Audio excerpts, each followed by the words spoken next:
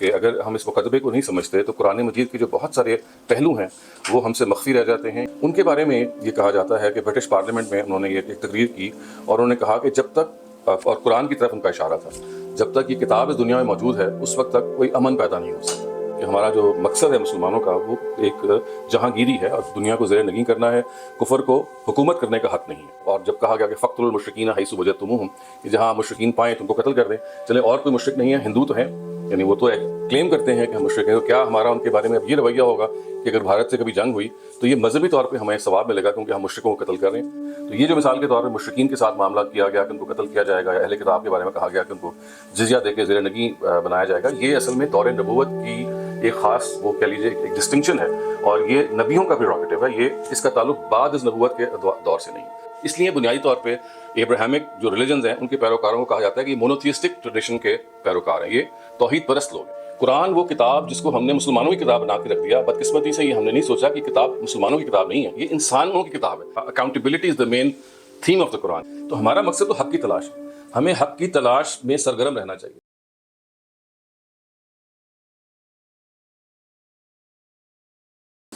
بسم اللہ الرحمن الرحیم، الحمدللہ رب العالمین، والصلاة والسلام علی خاتم النبیین۔ عزیزان گرامی، میرے بزرگ دوستوں اور میرے بھائیوں، میں آپ سے جو آج گفتگو کرنے جا رہا ہوں، جیسے کہ آپ کو اس کے ٹاپک کا پتہ ہوگا کہ قرآن مجید کو سمجھنے میں ایک بنیادی مقدمہ ہے جو ہماری نظروں سے کبھی کبھی اوجھل ہو جاتا ہے، کبھی کبھی ہم اس سے صرف نظر کر لیتے ہیں۔ تو میں اس مقدمے کے بارے میں، اس پریمس کے بارے میں سمجھ لیجئے کہ کچھ تفصیلات آپ کے سامنے عرض کرتا ہوں۔ یہ وہ پریمس ہے جو اب سب سے پہلے اس کو حمید الدین فراہی صاحب سے آپ واقف ہیں، انہوں نے پیش کیا آج سے کم و بیش 100 سال پہلے، اور اس کے بعد پھر اس کو مزید پریسیجن دی ان کے شاگردوں میں۔ ان کے شاگرد ہیں امین احسن اصلاحی صاحب، پھر ان کے شاگرد ہیں جاوید احمد غامدی صاحب جو میرے بھی استاد ہیں۔ تو جو کچھ میں نے ان سے سمجھا ہے کہ اگر ہم اس مقدمے کو نہیں سمجھتے تو قرآن مجید کے جو بہت سارے پہلو ہیں وہ ہم سے مخفی رہ جاتے ہیں، یا ان کے بارے میں ہم غلط رائے اختیار کرنے کا یا غلط رائے قائم کرنے کی غلطی کر سکتے ہیں۔ میں اس بات کی تمہید اس طرح اٹھاتا ہوں کہ یہ 1890 یا 94 کی بات ہے کہ برطانیہ کے ایک وزیر اعظم تھے، ان کا نام تھا ولیم گلیڈسٹون، اور ان کو یہ ایک ترہ امتیاز یہ حاصل ہے کہ وہ 4 مرتبہ وزیر اعظم منتخب ہوئے برطانیہ کے، اور اس وجہ سے ان کا کافی لمبا ٹینیور رہا۔ ان کے بارے میں یہ کہا جاتا ہے کہ برٹش پارلیمنٹ میں انہوں نے یہ ایک تقریر کی اور انہوں نے کہا کہ جب تک، اور قرآن کی طرف ان کا اشارہ تھا، جب تک یہ کتاب اس دنیا میں موجود ہے اس وقت تک کوئی امن پیدا نہیں ہو سکتا۔ اور پھر ظاہر ہے انہوں نے قرآن مجید کی ان آیات کی طرف اشارہ کیا جس میں یہ کہا گیا کہ آپ مشرکین کو قتل کر دیں، یا یہود و نصارہ کو آپ اپنا جزیہ دے کے اپنا زیر نگین رکھیں، اور بھی اس طرح کی چیزوں کو۔ اور اس کا انہوں نے اشارہ تو نہیں کیا، ظاہر ہے وہ ایک مختصر تقریر تھی، لیکن بہرحال یہ ایک واقعہ تھا اور ہو گیا۔ لیکن آپ یہ حیرت انگیز بات یہ دیکھیے کہ تقریباً 100 سال بعد، تقریباً اسی زمانے میں 1890-94 کی بات ہے، اور اب میں آپ کو 1994 میں لے جاتا ہوں کہ اسامہ بن لادن صاحب نے، یہ ابھی وہ وقت ہے جب اتنے وہ مشہور نہیں تھے، یعنی ظاہر ہے کہ 2001 پہ تو وہ واقعہ ہو گیا جس وجہ سے پرومیننٹ ہو گیا، لیکن سمجھ لیجئے کہ 94-95 میں انہوں نے ایک بڑی مشہور تقریر کی خوست میں، افغانستان میں، اور انہوں نے یہ کہا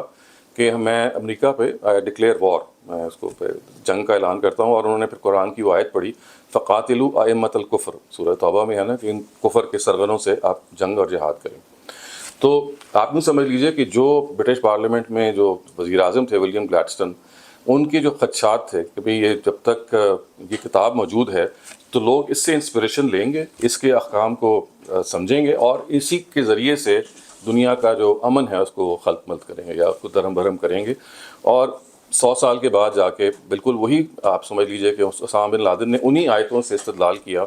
اور یہ صرف تنہا وہ نہیں ہے بلکہ ملا عمر صاحب کو آپ دیکھ لیجئے، اسی طریقے سے ابو بکر بغدادی جو اب افریقہ میں اور نائجیریا میں آج کل بھی ایکٹیو ہیں، ان کے نائبین ہیں، بہت سارے اور جو سپلنٹر گروپس ہیں طالبان کے، اسی طرح سے القاعدہ کے، ان کا ایک علماء ونگ ہے، اور میرے خیال آپ لوگ علماء ہیں تو آپ میں سے لوگ جانتے بھی ہوں گے، تو وہ وقتاً فوقتاً یہ کمیونیکیز کہتے ہیں ان کو، وہ ایشو کرتے رہتے ہیں، ان کا جو فتاویٰ ہوتے ہیں، اور ان میں وہ یہی سورہ توبہ کی آیتیں بیان کر کے بھی کہتے ہیں کہ دیکھیے ہمیں ان کو بنیاد بنا کے دنیا کو زیر نگین لے کے آنا ہے، یعنی ہمارا جو ایجنڈا ہے وہ ہے ٹو کانکر دا ورلڈ، ہم جہانگیری ہے ہمارا مقصد، کیونکہ قرآن ہمیں یہ حکم دیتا ہے۔ اور پھر ہمارے اسی اتباع میں جو ہماری بڑی بڑی جو جورسٹ ہیں، جو ہمارے فقہا ہیں وہ تقریباً کم و بیش یہی کہتے ہیں. آپ میں سے جن لوگوں نے مدارس میں پڑھا ہوگا وہ انہوں نے, اگر مجھے نہیں معلوم کہ ان کو کس حد تک پڑھایا گیا, لیکن مثال کے طور پہ جساس کی اگر آپ احکام القرآن کو دیکھیے, وہ تو ظاہر ہے احناف کا مسلک بیان کرتے ہیں, لیکن اس کے علاوہ شوافی میں بھی, حنابلہ میں بھی اور مالکیہ میں بھی کم و بیش کافی حد تک اتفاق ہے کہ ہمارا جو مقصد ہے مسلمانوں کا وہ ایک جہانگیری ہے اور دنیا کو زیر نگین کرنا ہے. کفر کو حکومت کرنے کا حق نہیں ہے, وہ زیر نگین رہ سکتا ہے. اور اس کے ساتھ ساتھ پھر اس کی ایکسٹینشنز ہوتی گئیں. آپ کو معلوم ہے کہ مختلف ادوار میں جب لوگوں نے محسوس کیا کہ اس طریقے سے یہ کام نہیں بن رہا, تو یہ 1924 میں جب خلافت کا الغاء ہوا,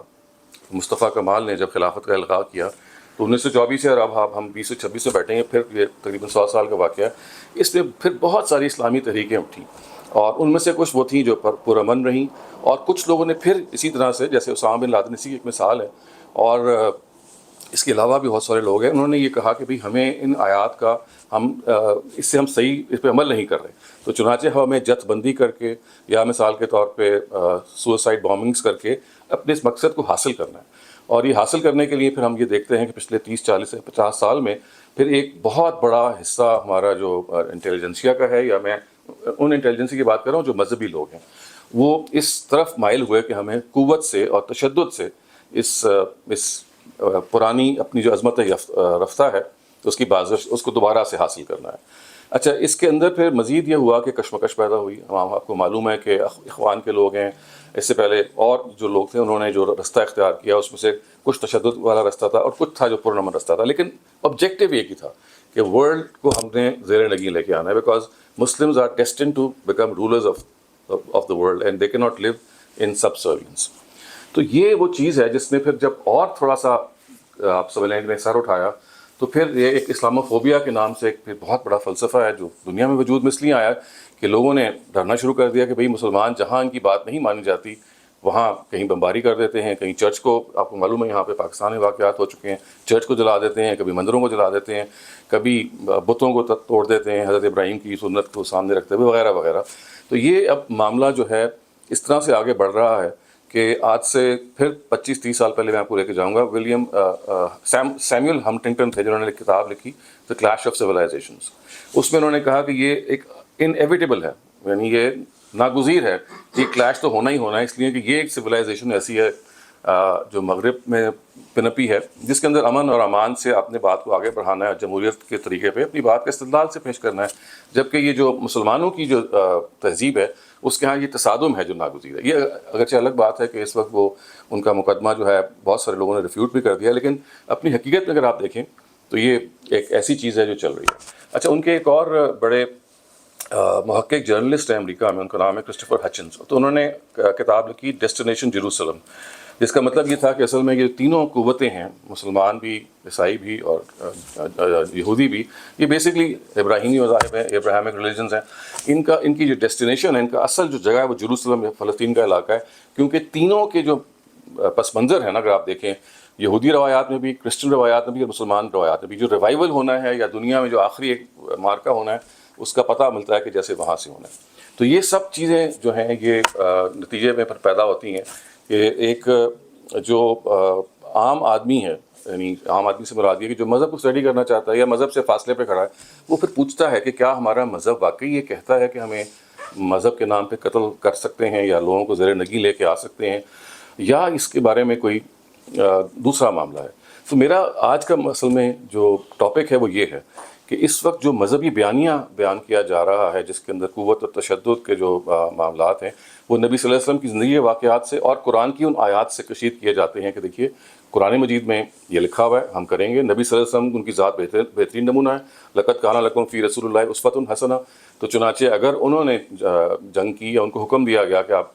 قاتل الذین لا یؤمنون باللہ ولا بالیوم الآخر ولا یدینون دین الحق, جو من الذین اوتوا الکتاب یعنی کہہ دیا گیا, تو کیا ہمیں بھی اسی طرح سے قتال کرنا ہے؟ اور جب کہا گیا کہ فقتلوا المشرکین حیث وجدتموہم, کہ جہاں مشرکین پائیں تو ان کو قتل کر دیں. چلیں اور کوئی مشرک نہیں ہے, ہندو تو ہیں, یعنی وہ تو کلیم کرتے ہیں کہ ہم مشرک ہیں, تو کیا ہمارا ان کے بارے میں اب یہ رویہ ہوگا کہ اگر بھارت سے کبھی جنگ ہوئی تو یہ مذہبی طور پہ ہمیں ثواب ملے گا کیونکہ ہم مشرکوں کو قتل کر رہے ہیں؟ تو یہ وہ سوال ہے جو میں چاہتا ہوں کہ آپ کے سامنے اس پہ ایک متبادل بیانیہ آپ کے سامنے بیان کروں, جس کے اندر جس کی میں نے جیسے کہا کہ جیسے سرخیل ہیں جس کو بیان کرنے والے ہیں استاذ حمید الدین فراہی صاحب ہیں، جنہوں نے یہ کہا کہ دیکھیے اس میں ایک بنیادی غلطی ہو رہی ہے سمجھنے میں، یعنی کچھ چیزیں ہیں جو دور نبوت کے ساتھ خاص ہیں اور وہ نبیوں کا پریروگیٹو ہے، وہ نبیوں کی اتھارٹی ہیں اور وہ اللہ تعالیٰ نبیوں کے ذریعے سے ان کے زمانوں میں کرواتے ہیں، لیکن یہ وہ پریکٹسز ہیں یا یہ وہ بعض احکام ہیں جو بعد از نبوت کا جو دور ہے اس میں یہ ویلڈ نہیں ہے، کیونکہ یہ نبوت کے دور میں اللہ تعالیٰ یہ کرتے ہیں کہ معاملات کو اپنے ہاتھ میں لیتے ہیں اور جزا و سزا دنیا میں وہ لے کے آتے ہیں، اور اس دنیا میں جو جزا و سزا ہے اس کے اندر اچھوں کو ریوارڈ دیا جاتا ہے اور بروں کو پنش کیا جاتا ہے۔ تو یہ جو مثال کے طور پہ مشرکین کے ساتھ معاملہ کیا گیا کہ ان کو قتل کیا جائے گا، یا اہل کتاب کے بارے میں کہا گیا کہ ان کو جزیہ دے کے زیر نگیں بنایا جائے گا، یہ اصل میں دور نبوت کی ایک خاص وہ کہہ لیجیے ایک ڈسٹنکشن ہے، اور یہ نبیوں کا پریروگیٹو ہے، یہ اس کا تعلق بعد از نبوت کے دور سے نہیں ہے۔ تو میں یہ چاہ رہا تھا آپ کے سامنے تھوڑی سی تفصیل بیان کرنا ایک چھوٹے سے ڈائیگرام کے لحاظ سے کہ آپ یہ دیکھیے کہ جو ان کا اگر آپ نے مقدمہ سمجھنا ہو تو میں یہ ایسے بیان کروں گا کہ یہ انسانوں کی تاریخ کے یہ 3 ادوار ہیں۔ میں مذہبی تاریخ کی بات کروں، یہ سمجھیے کہ یہ ہماری ایک جو قیامت ہے جس پہ ہم نے سب نے اٹھنا ہے یہ ہے، لیکن یہاں حضرت آدم ہے اور یہاں نبی صلی اللہ علیہ وسلم کی ذات ہے۔ تو جو سمجھانے کے لیے میں آپ سے عرض کروں گا کہ وہ یہ ہے کہ قیامت کے اندر تو ہمیں معلوم ہے نا کہ جزا و سزا ہونی ہے، ہم سب نے اپنے انجام کو پہنچنا ہے، بروں نے برے انجام کو پہنچنا ہے، اچھوں نے اچھے انجام کو پہنچنا ہے۔ تو یہ جو قیامت کی کا جو ریوارڈ اینڈ پنشمنٹ ہے جس کو آپ کہتے ہیں قیامت کے اندر جو ججمنٹ ہے، یہ ہم اس دور میں رہ رہے ہیں نا، ہم نبی صلی اللہ علیہ وسلم کے بعد سے لے کے قیامت کا یہ دور ہے، یہ دور بہت لمبا ہے، حضرت آدم سے لے کے نبی صلی اللہ علیہ وسلم کا دور، یہ تو اس کو ہم اس وقت ایسٹیمیٹ نہیں کر سکتے، لیکن آپ یہ اگر دیکھیں کہ نبی صلی اللہ علیہ وسلم 623 ہجری میں اگر رخصت ہوتے ہیں تو ہم آج جہاں بیٹھے ہوئے ہیں اس کے لحاظ سے تقریباً مدت ہے جو آپ کو معلوم ہے کہ وہ کتنی ہے، لیکن یہ جو ہے یہ ہمیں اس کے بارے میں کچھ نہیں پتا۔ سو یہ جو قیامت کی یاد دہانی ہے نبی صلی اللہ علیہ وسلم اور قرآن مجید کو اگر آپ پڑھیں تو ایسے محسوس ہوتا ہے کہ سب سے بڑا مسئلہ قرآن کا ہے کہ ہم آخرت سے غافل نہ ہوں، یہ ہے نا، مطلب ہمارا اصل مسئلہ اکاؤنٹیبلٹی ہے، ہم اپنی جو احتساب ہے اس کے بارے میں ہمارے اندر کوئی شک و شبہ نہ رہے، اور ہم انسان ہیں، نسیان کا شکار ہو جاتے ہیں، بھول بھی جاتے ہیں۔ تو اللہ تعالیٰ نے ایک بندوبست کیا کہ ہم ہر وقت اپنی اس آخرت کے بارے میں متنبع رہیں، بہت سارے بندوبست کیے، ہمارا ضمیر ہے جو ہمیں بتاتا ہے دنیا کی ناپائیداری، دنیا کی امپرفیکشن بھی بتاتی ہے کہ آخرت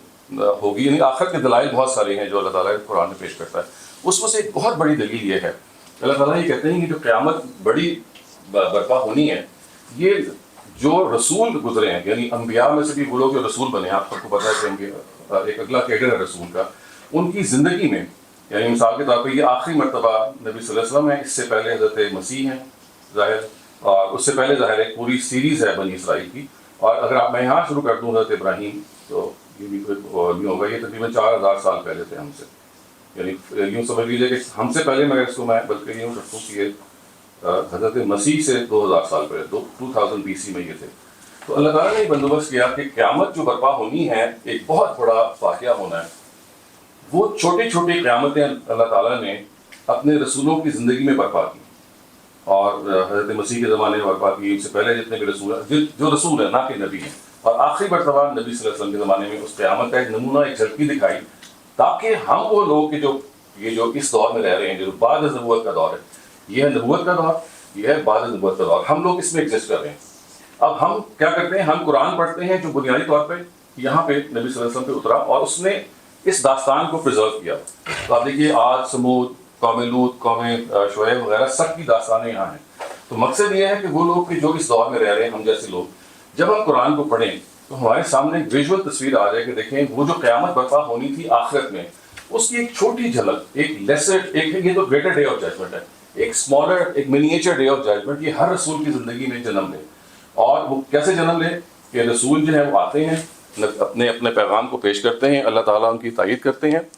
اور پھر قرآن مجید میں یہ بات بیان ہوئی ہے کہ وَلِكُلِّ أُمَّةٍ رَسُولٌ فَإِذَا جَاءَ رَسُولُهُمْ قُضِيَ بَيْنَهُمْ بِالْقِسْطِ وَهُمْ لَا يُظْلَمُونَ۔ یہ سورہ یونس میں ہے کہ ہر امت میں، جو یہ وہ مراد ہے جو پروفیٹک پیریڈ یا نبوت کا دور ہے، رسول بھیجے گئے، اور جب ان کا رسول آ جاتا ہے تو پھر دنیا میں ان کا فیصلہ کر دیا جاتا ہے، یعنی دنیا میں فیصلہ کر دیا جاتا ہے۔ وہ کیسے کیا جاتا ہے کہ ان پر حجت تمام کی جاتی ہے۔ حجت کا کیا مطلب ہے؟ اللہ تعالیٰ حق کو اس درجے میں واضح کر دیتے ہیں، اس درجے میں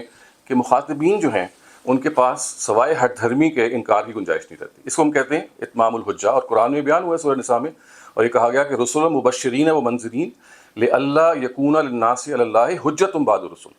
یہ ہم نے ان رسولوں کو نذیر اور بشیر بنا کے بھیجا تاکہ ان کے آنے کے بعد لوگوں کے پاس اللہ کے خلاف کوئی حجت نہ رہ جائے، یعنی اللہ تعالیٰ نے کوئی کمی نہیں کی ہدایت کی. تو یہ جو رسول ہیں یہ اپنی زندگی میں حجت کو تمام کرتے ہیں اور اپنی قوم کا دنیا میں فیصلہ کر دیتے ہیں نا. جیسے سورہ مجادلہ میں کہا گیا نا کہ کتب اللہ لأغلبن انا ورسولی، یعنی میں اور میرے رسول اس دنیا میں غالب رہیں گے. تو یہ ایک پورے کا پورا آپ سمجھ لیجیے ایک پریکٹس ہے. اس کو ہم کہتے ہیں کہ یہ دور نبوت کی ایک پریکٹس ہے جس کے اندر اللہ تعالیٰ کے پیغمبر جو کہ رسول ہوتے ہیں وہ آتے ہیں، اپنا مقدمہ پیش کرتے ہیں، لوگوں کے سوالوں کا جواب دیتے ہیں، کنفیوژنس کو دور کرتے ہیں، اور ایک خاص مدت کے بعد جا کے حق اتنا ان پہ واضح کر دیتے ہیں کہ یہ اللہ تعالیٰ ہے جو وحی کے ذریعے سے پھر اپنے پیغمبروں کو بتاتے ہیں، رسولوں کو، کہ دیکھو اب یہ حق واضح ہو گیا، اب ان لوگوں کے پاس کوئی گنجائش نہیں ہے، اگر یہ انکار کر رہے ہیں تو یہ ہٹ دھرمی ہے، اب ان کی سزا کا وقت آ گیا. تو وہ سزا ہے جو اللہ تعالیٰ کے کہنے پر پھر اس کے دو طریقے ہوتے ہیں. یا تو یہ ہوتا ہے کہ اگر نبی اور اس کے ساتھیوں کے پاس کوئی جگہ میسر نہیں ہے پراپر تو ان کو بس نکال لیا جاتا ہے، اور پھر تباہی آتی ہے ان قوموں کی. آپ کو معلوم ہی ہے جیسے قوم عاد میں آئی، قوم سمود میں آئی، سائیکلونز ہیں، ٹورنیڈوز ہیں، ارتھ کویکس ہیں. تو نیچرل ڈیزاسٹرز جو ہیں، نیچرل کلیمٹیز کے ذریعے سے ان کو تباہ کر دیا جاتا ہے. یہ ان کی دنیاوی سزا ہے. لیکن ظاہر ہے یہ کام اب نہیں ہو رہا، یعنی قوموں کو جو تباہ کیا گیا، اور وہ اللہ تعالیٰ یہ کہتے ہیں کہ وما کنا معذبین حتی نبعث رسولا، ہم اس وقت تک عذاب نہیں دیتے کسی قوم کو جب تک اس قوم کے اندر رسول نہ آ جائے. تو وہ رسولوں کی جو سنت ہے، اور بائی دا وے اس کو خود قرآن مجید نے بیان کیا کہ یہ اللہ تعالیٰ کی سنت ہے، بیسیکلی اس کو سنت اللہ کہا گیا. وہ ہے نا کہ سنت من قد ارسلنا قبلک من رسلنا ولا تجد لسنتنا تحویلا، یہ سورہ بنی اسرائیل میں، کہ یہ اللہ تعالیٰ کی سنت ہے اور اس کو آپ تبدیلی نہیں پاؤ گے. وہ کیا سنت ہے کہ دنیا میں وہ قومیں جو اپنے رسولوں کا انکار کرتی ہیں وہ اس انجام سے گزرتی ہیں. تو ایک تو طریقہ ہے انجام سے گزروانے کا یہ کہ ان کو یعنی رسولوں کو اپنی قوم سے نکال لیا جاتا ہے اور قوم پر پھر عذاب آتا ہے. اور یہ جو معذب قومیں ہیں قرآن مجید میں عاد اور سمود اور یہ سارے آپ پڑھتے ہیں، یہ انہی کے بارے میں. ایک دوسرا طریقہ بھی ہے سزا دینے کا، اور وہ یہ ہے کہ اگر پیغمبر کو، اس کے ساتھیوں کو ایک دارالحجرت میں اثر آ جاتا ہے، they can go and migrate there and establish their authority there. تو پھر جو عذاب پہلے اللہ تعالیٰ کے قوانین سے آتا تھا یا سائیکلون سے آتا تھا، وہ پھر مسلمانوں کی تلواروں سے آتا ہے. یعنی صرف فرق یہ ہے کہ پہلے کیس میں عذاب آتا تھا آسمانی، دوسرے کیس میں اگر پیغمبر کو کوئی دارالحجرت میسر ہے جہاں پہ وہ اپنی قوت کو مستحکم کر سکتا ہے تو پھر ان کے ذریعے سے آتا ہے. کیونکہ جہاد یا قتال کرنے کے لیے ضروری ہے کہ آپ کے پاس ایک جگہ ہو، آپ ایک جس بندی کے طور پر نہیں کر سکتے. تو ایگزیکٹلی یہی معاملہ نبی صلی اللہ علیہ وسلم کے زمانے میں ہوا. مدینے میں آپ کو ایک قوت نصیب ہو گئی اور وہاں سے آپ نے، یہ معلوم ہے کہ یہ اس کی نوبت ہی نہیں آئی کہ الٹیمیٹلی وہ حملہ یا کیا جاتا یا لیٹ سے کہ کانکر کیا جاتا، کیونکہ ان کی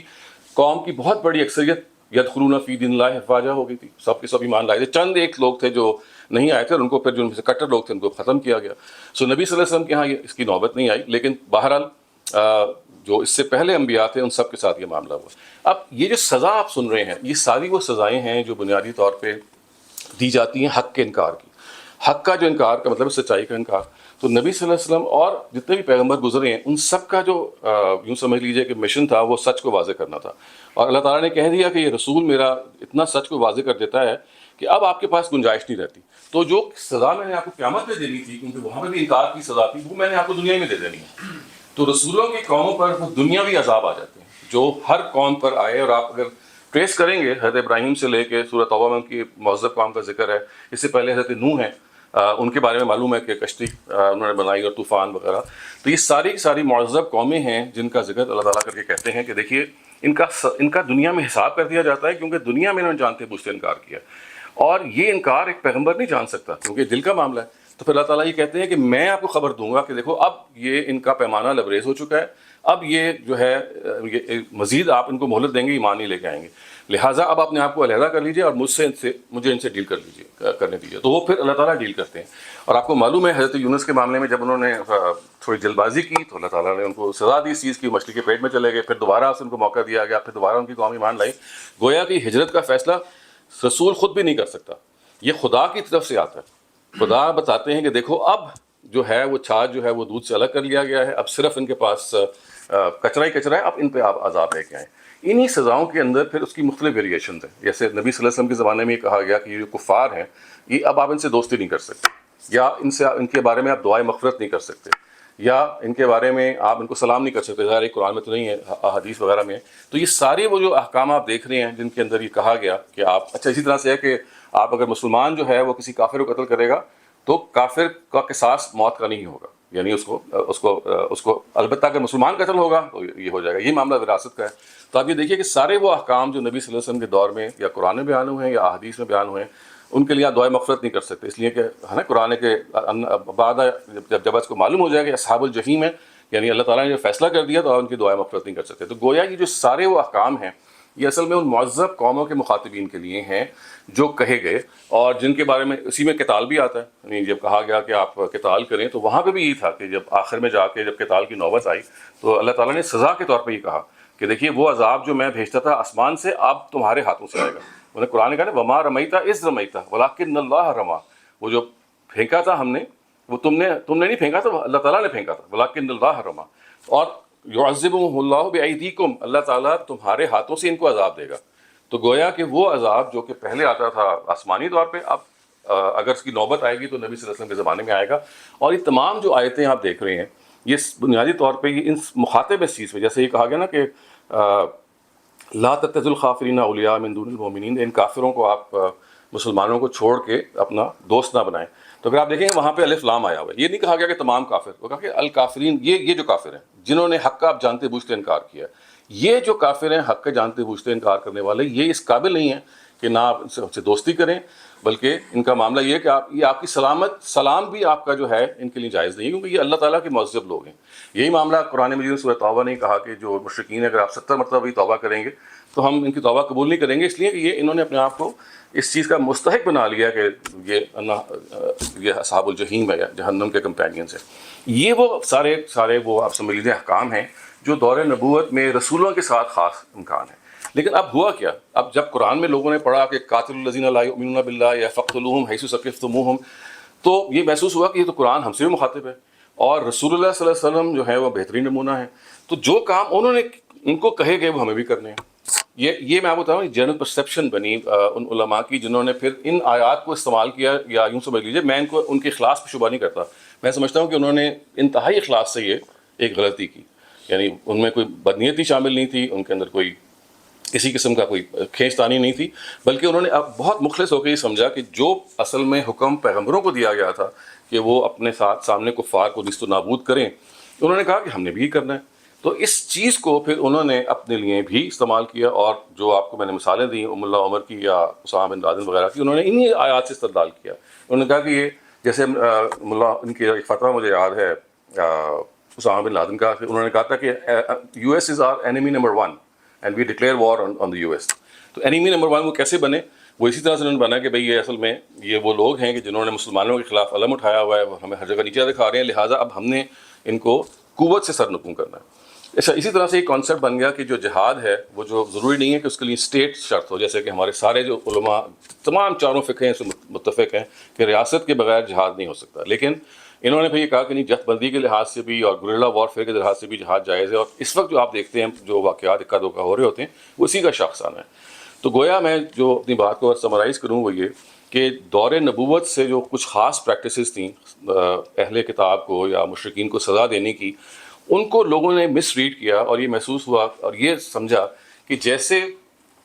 ان کو اختیار تھا اللہ تعالیٰ کے پیغمبروں کو، تو یہ اختیار ہمیں بھی حاصل ہے۔ اگر ان کو یہ کہا گیا کہ دوست نہ بناؤ ان کفار کو، تو ہم نے بھی دوستی نہیں کرنی۔ اگر ان کو کہا گیا کہ ان پر سلامتی کی دعا نہ بھیجو، تو ہم نے بھی نہیں بھیجی۔ اچھا، اس میں آپ کو ایک دلچسپ بات یہ بتاؤں کہ قرآن مجید نے ہر جگہ ایک بات کہی ہے ان کفار کے بارے میں،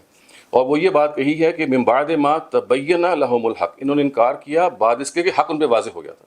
تو یہ حق کا جو وضوح ہے، حق کا واضح ہونا ہے، یہ دس از ناٹ پاسبل کہ میں ہیومنلی اس کو جان سکوں، یہ اللہ ہی بتا سکتے ہیں۔ تو چنانچہ یہ جو من بعد ما تبین لہم الحق ہے، یہ اللہ تعالیٰ یہ کہتے ہیں کہ کون ہے جس نے جانتے بوجھتے انکار کیا؟ یہ میرے اور آپ ہم نہیں جان سکتے، بیکاز ہمارے سامنے تو ایک آدمی کھڑا ہے، ہمیں نہیں معلوم اس کے دل کا کیا حال ہے۔ تو یہ نبیوں کے زمانے میں بھی اللہ تعالیٰ ہی نے بتایا وحی کے ذریعے سے۔ آج نہ رسول موجود ہے اور نہ وحی آ سکتی ہے، تو رسول اس درجے میں حق کو واضح بھی نہیں کر سکتا، اور ہمیں یہ معلوم بھی نہیں ہے کہ ہمارے سامنے جو کفار ہیں یا نان مسلمز ہیں وہ کون ہے جو جانتے بوجھتے جھٹلا رہا ہے، ہمیں نہیں معلوم کون ہے جو کنفیوژن سے جھٹلا رہا ہے۔ کیونکہ دیکھیں پیغمبر کا کمال ہی ہوتا ہے یا رسول کا کمال ہی ہوتا ہے کہ وہ کنفیوژن ختم کر دیتے ہیں، ان کے بعد کوئی گنجائش ہی نہیں رہتی اس چیز کی کہ حق کا کوئی انکار کرے، کیونکہ حق ان کے سامنے ایسے ہی کھڑا ہوا ہے سورج کی طرح۔ یہ کام بعد از نبوت پیریڈ میں نہیں ہو سکتا، کیونکہ وہاں ہم کھڑے ہوئے ہمارے جیسے آرڈنری لوگ کہ ہم حق کو پہنچا رہے ہیں، ہمارے اندر کمیاں بھی ہیں، ہمارے اندر غلطیاں بھی ہیں، ہمارے اندر یہ بھی ہوتا ہے کہ بعض دفعہ ہم بات کو غلط سمجھے ہوئے ہوتے ہیں۔ تو رسول کے بارے میں آپ یہ گمان نہیں کر سکتے کہ اس نے بات غلط سمجھی ہے، اس نے تو جو سمجھا وہ کنوے کر دیا۔ تو دور رسالت کے اندر جو یہ پریکٹس ہے اس کو انفارچونیٹلی مس ٹریٹ کیا گیا، اور اس کے نتیجے میں پھر جتنے بھی ہمارے سامنے اس وقت آپ یوں کہہ لیجیے کہ جو اگریسو ورسز ہیں قرآن مجید کے، یا انٹیگنسٹک ہیں یا ملیٹنٹ ورسز ہیں، ان کو ہم آج بھی یوز کرتے ہیں۔ یا مثال کے طور پہ آپ دیکھیں نا، فقاتلوا ائمۃ الکفر جو آیت ہے، یہ کہا گیا کہ ان کفر کے سروروں سے لڑو جنہوں نے حق کا جانتے بوجھتے انکار کر دیا اور آپ اس کے مستحق نہیں رہے۔ تو جیسے میں نے کہا کہ حق کا جانتے بوجھتے انکار کرنا اٹس ناٹ پاسبل کہ ہیومنلی ہم انگیج کر سکیں وداؤٹ گاڈز انفارمیشن، اور وہ آنا بند ہوگی بھی، وہ تو نبوت ہی میں آتی تھی۔ اور پھر حق کے وضو کا ہم کبھی دعویٰ بھی نہیں کر سکتے، ہم تو عام کامن سے کہتے ہیں نا کہ ایسے لوگ ہیں جو خطا کار ہیں، تو ہم پیغمبر کی جگہ پہ نہیں کھڑے ہو سکتے۔ تو یہ وہ ضروری بات ہے جو میں آپ سے کرنا چاہتا تھا کہ قرآن مجید کی ان آیات میں جہاں پہ نان مسلمز مخاطب ہیں، اور خاص طور سے جس میں یہ کہا گیا کہ آپ نے ان سے لڑنا ہے یا ان سے دوستی نہیں کرنی ہے، جو بھی جتنی بھی تفصیل ہے، یہ اصل میں دور نبوت کے وہ لوگ ہیں کہ جن پر حق کا بالکل وضو ہو گیا تھا، اور جو سزا ان کو ملنی تھی آخرت میں وہ دنیا میں مل گئی۔ اب آپ پوچھیں گے کہ ہمارے سے اس کی کیا ریلیونس ہے؟ ہمارے سے اس کی ریلیونس یہ ہے کہ دیکھیے ہم یہاں پہ ہیں، ہم شب روز قرآن کو پڑھتے ہیں، اور آپ دیکھیے کہ جو معذب قوموں کا جو کے واقعات ہیں اس سے قرآن بھرا ہوا ہے۔ یعنی آپ دیکھیے کہ خاص طور سے اگر آپ سورہ اعراف کو دیکھیے، سورہ طٰہٰ کو دیکھیے، سورہ انبیاء کو دیکھیے، سورہ قصص کو دیکھیے، اور بہت ساری جگہوں پہ، تو یہ معذب قومیں جو ہیں ان کی ڈیٹیل اس میں آئی ہوئی ہے۔ تو ہم کیا کر رہے ہیں کہ بار بار ہم قرآن کو ریفر کر رہے ہیں اور کہہ رہے ہیں کہ دیکھو ان قوموں کا دنیا میں حساب ہو گیا۔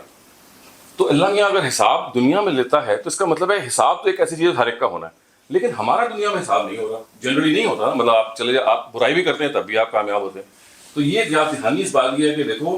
دنیا میں ان قوموں کا حساب ہوا اس لیے کہ رسول موجود تھا، حق اس نے واضح کیا۔ آپ جس جگہ پہ کھڑے ہوئے ہیں آپ کا ایک ہی فرق ہے کہ آپ کا حساب یہاں پہ موقع ہو گیا قیامت میں،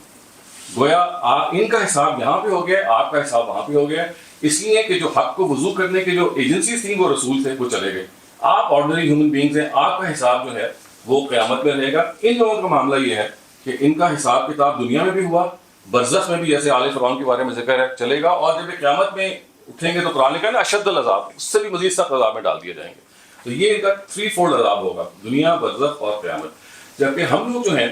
وہ ظاہر سلا دیے جاتے ہیں، سلانے کے بعد اٹھیں گے، وہاں حساب کتاب ہوگا اور ہمیں پھر جزا و سزا دی جائے گی۔ تو گویا اگر آپ پوری بات کا خلاصہ کریں تو یہ ہے کہ جو پریکٹس یا جو ایک قانون تھا جو نبوت کے ساتھ خاص تھا، اور نبوت نبی رسولوں کے ساتھ خاص تھا، جس میں دنیاوی جزا و سزا ہونی تھی، اس کو ایرونیسلی یہ سمجھا گیا کہ ہمارا بھی اختیار ہے، ہم بھی سزا دے سکتے ہیں، ہم بھی قتل کر سکتے ہیں، اور ہم بھی یوں سمجھ لیجیے کہ دوستی نہ کرنے میں۔ اب آپ کو شاید یاد ہوگا یہ واقعہ ہے کہ جب پاکستان کرکٹ ٹیم کے کوچ تھے باب وولمر، وہ کرسچن تھے، تو آپ کو معلوم ہے کہ ان کے ورلڈ کپ 2008 یا 9 کی بات ہے، ان کی ڈیتھ ہوگی بڑی مسٹیریس سرکمسٹانسز میں۔ اب وہ تھے تو مسلمانوں کے کوچ، تو جب پاکستان ٹیم ہار کے واپس آتی ہے 2008-9 میں، تو چرچ میں ان کی ایک وہ ہوتی ہے ماس، ان کی مغفرت کی دعا۔ تو یوسف یوحنا جو محمد یوسف ہو گئے تھے بعد میں کرکٹ کے مسلمان ہو گئے تھے، سوائے اس کے چرچ میں کوئی نہیں جاتا۔ وہ کہتے ہیں جی کہ ہم غیر مسلم کے لیے دعا نہیں کر سکتے، یعنی یہ غیر مسلم کے لیے دعا نہ کرنا ایک اس کی پریکٹیکل مینیفیسٹیشن ہے۔ جبکہ جیسے میں نے عرض کیا کہ غیر مسلم کی دعا جو ہے جس پہ آپ کو روک دیا گیا وہ یہ لوگ تھے۔ یہاں کھڑے ہوئے آپ غیر مسلموں کے بارے میں ایک دعا سفارش کے اندر، اللہ نے تو کرنا ہے اپنے لحاظ سے، اگر آج کوئی غیر مسلم اگر فوت ہوتا ہے تو اس کے بارے میں آپ کیا دعا کریں گے؟ اللہ تعالیٰ اگر یہ کسی مغفرت کا یا کسی وجہ سے کوئی عذر کا اس کے پاس ہے تو آپ اس کو وہ عذر فراہم کریں، ہم یہ دعا کریں گے۔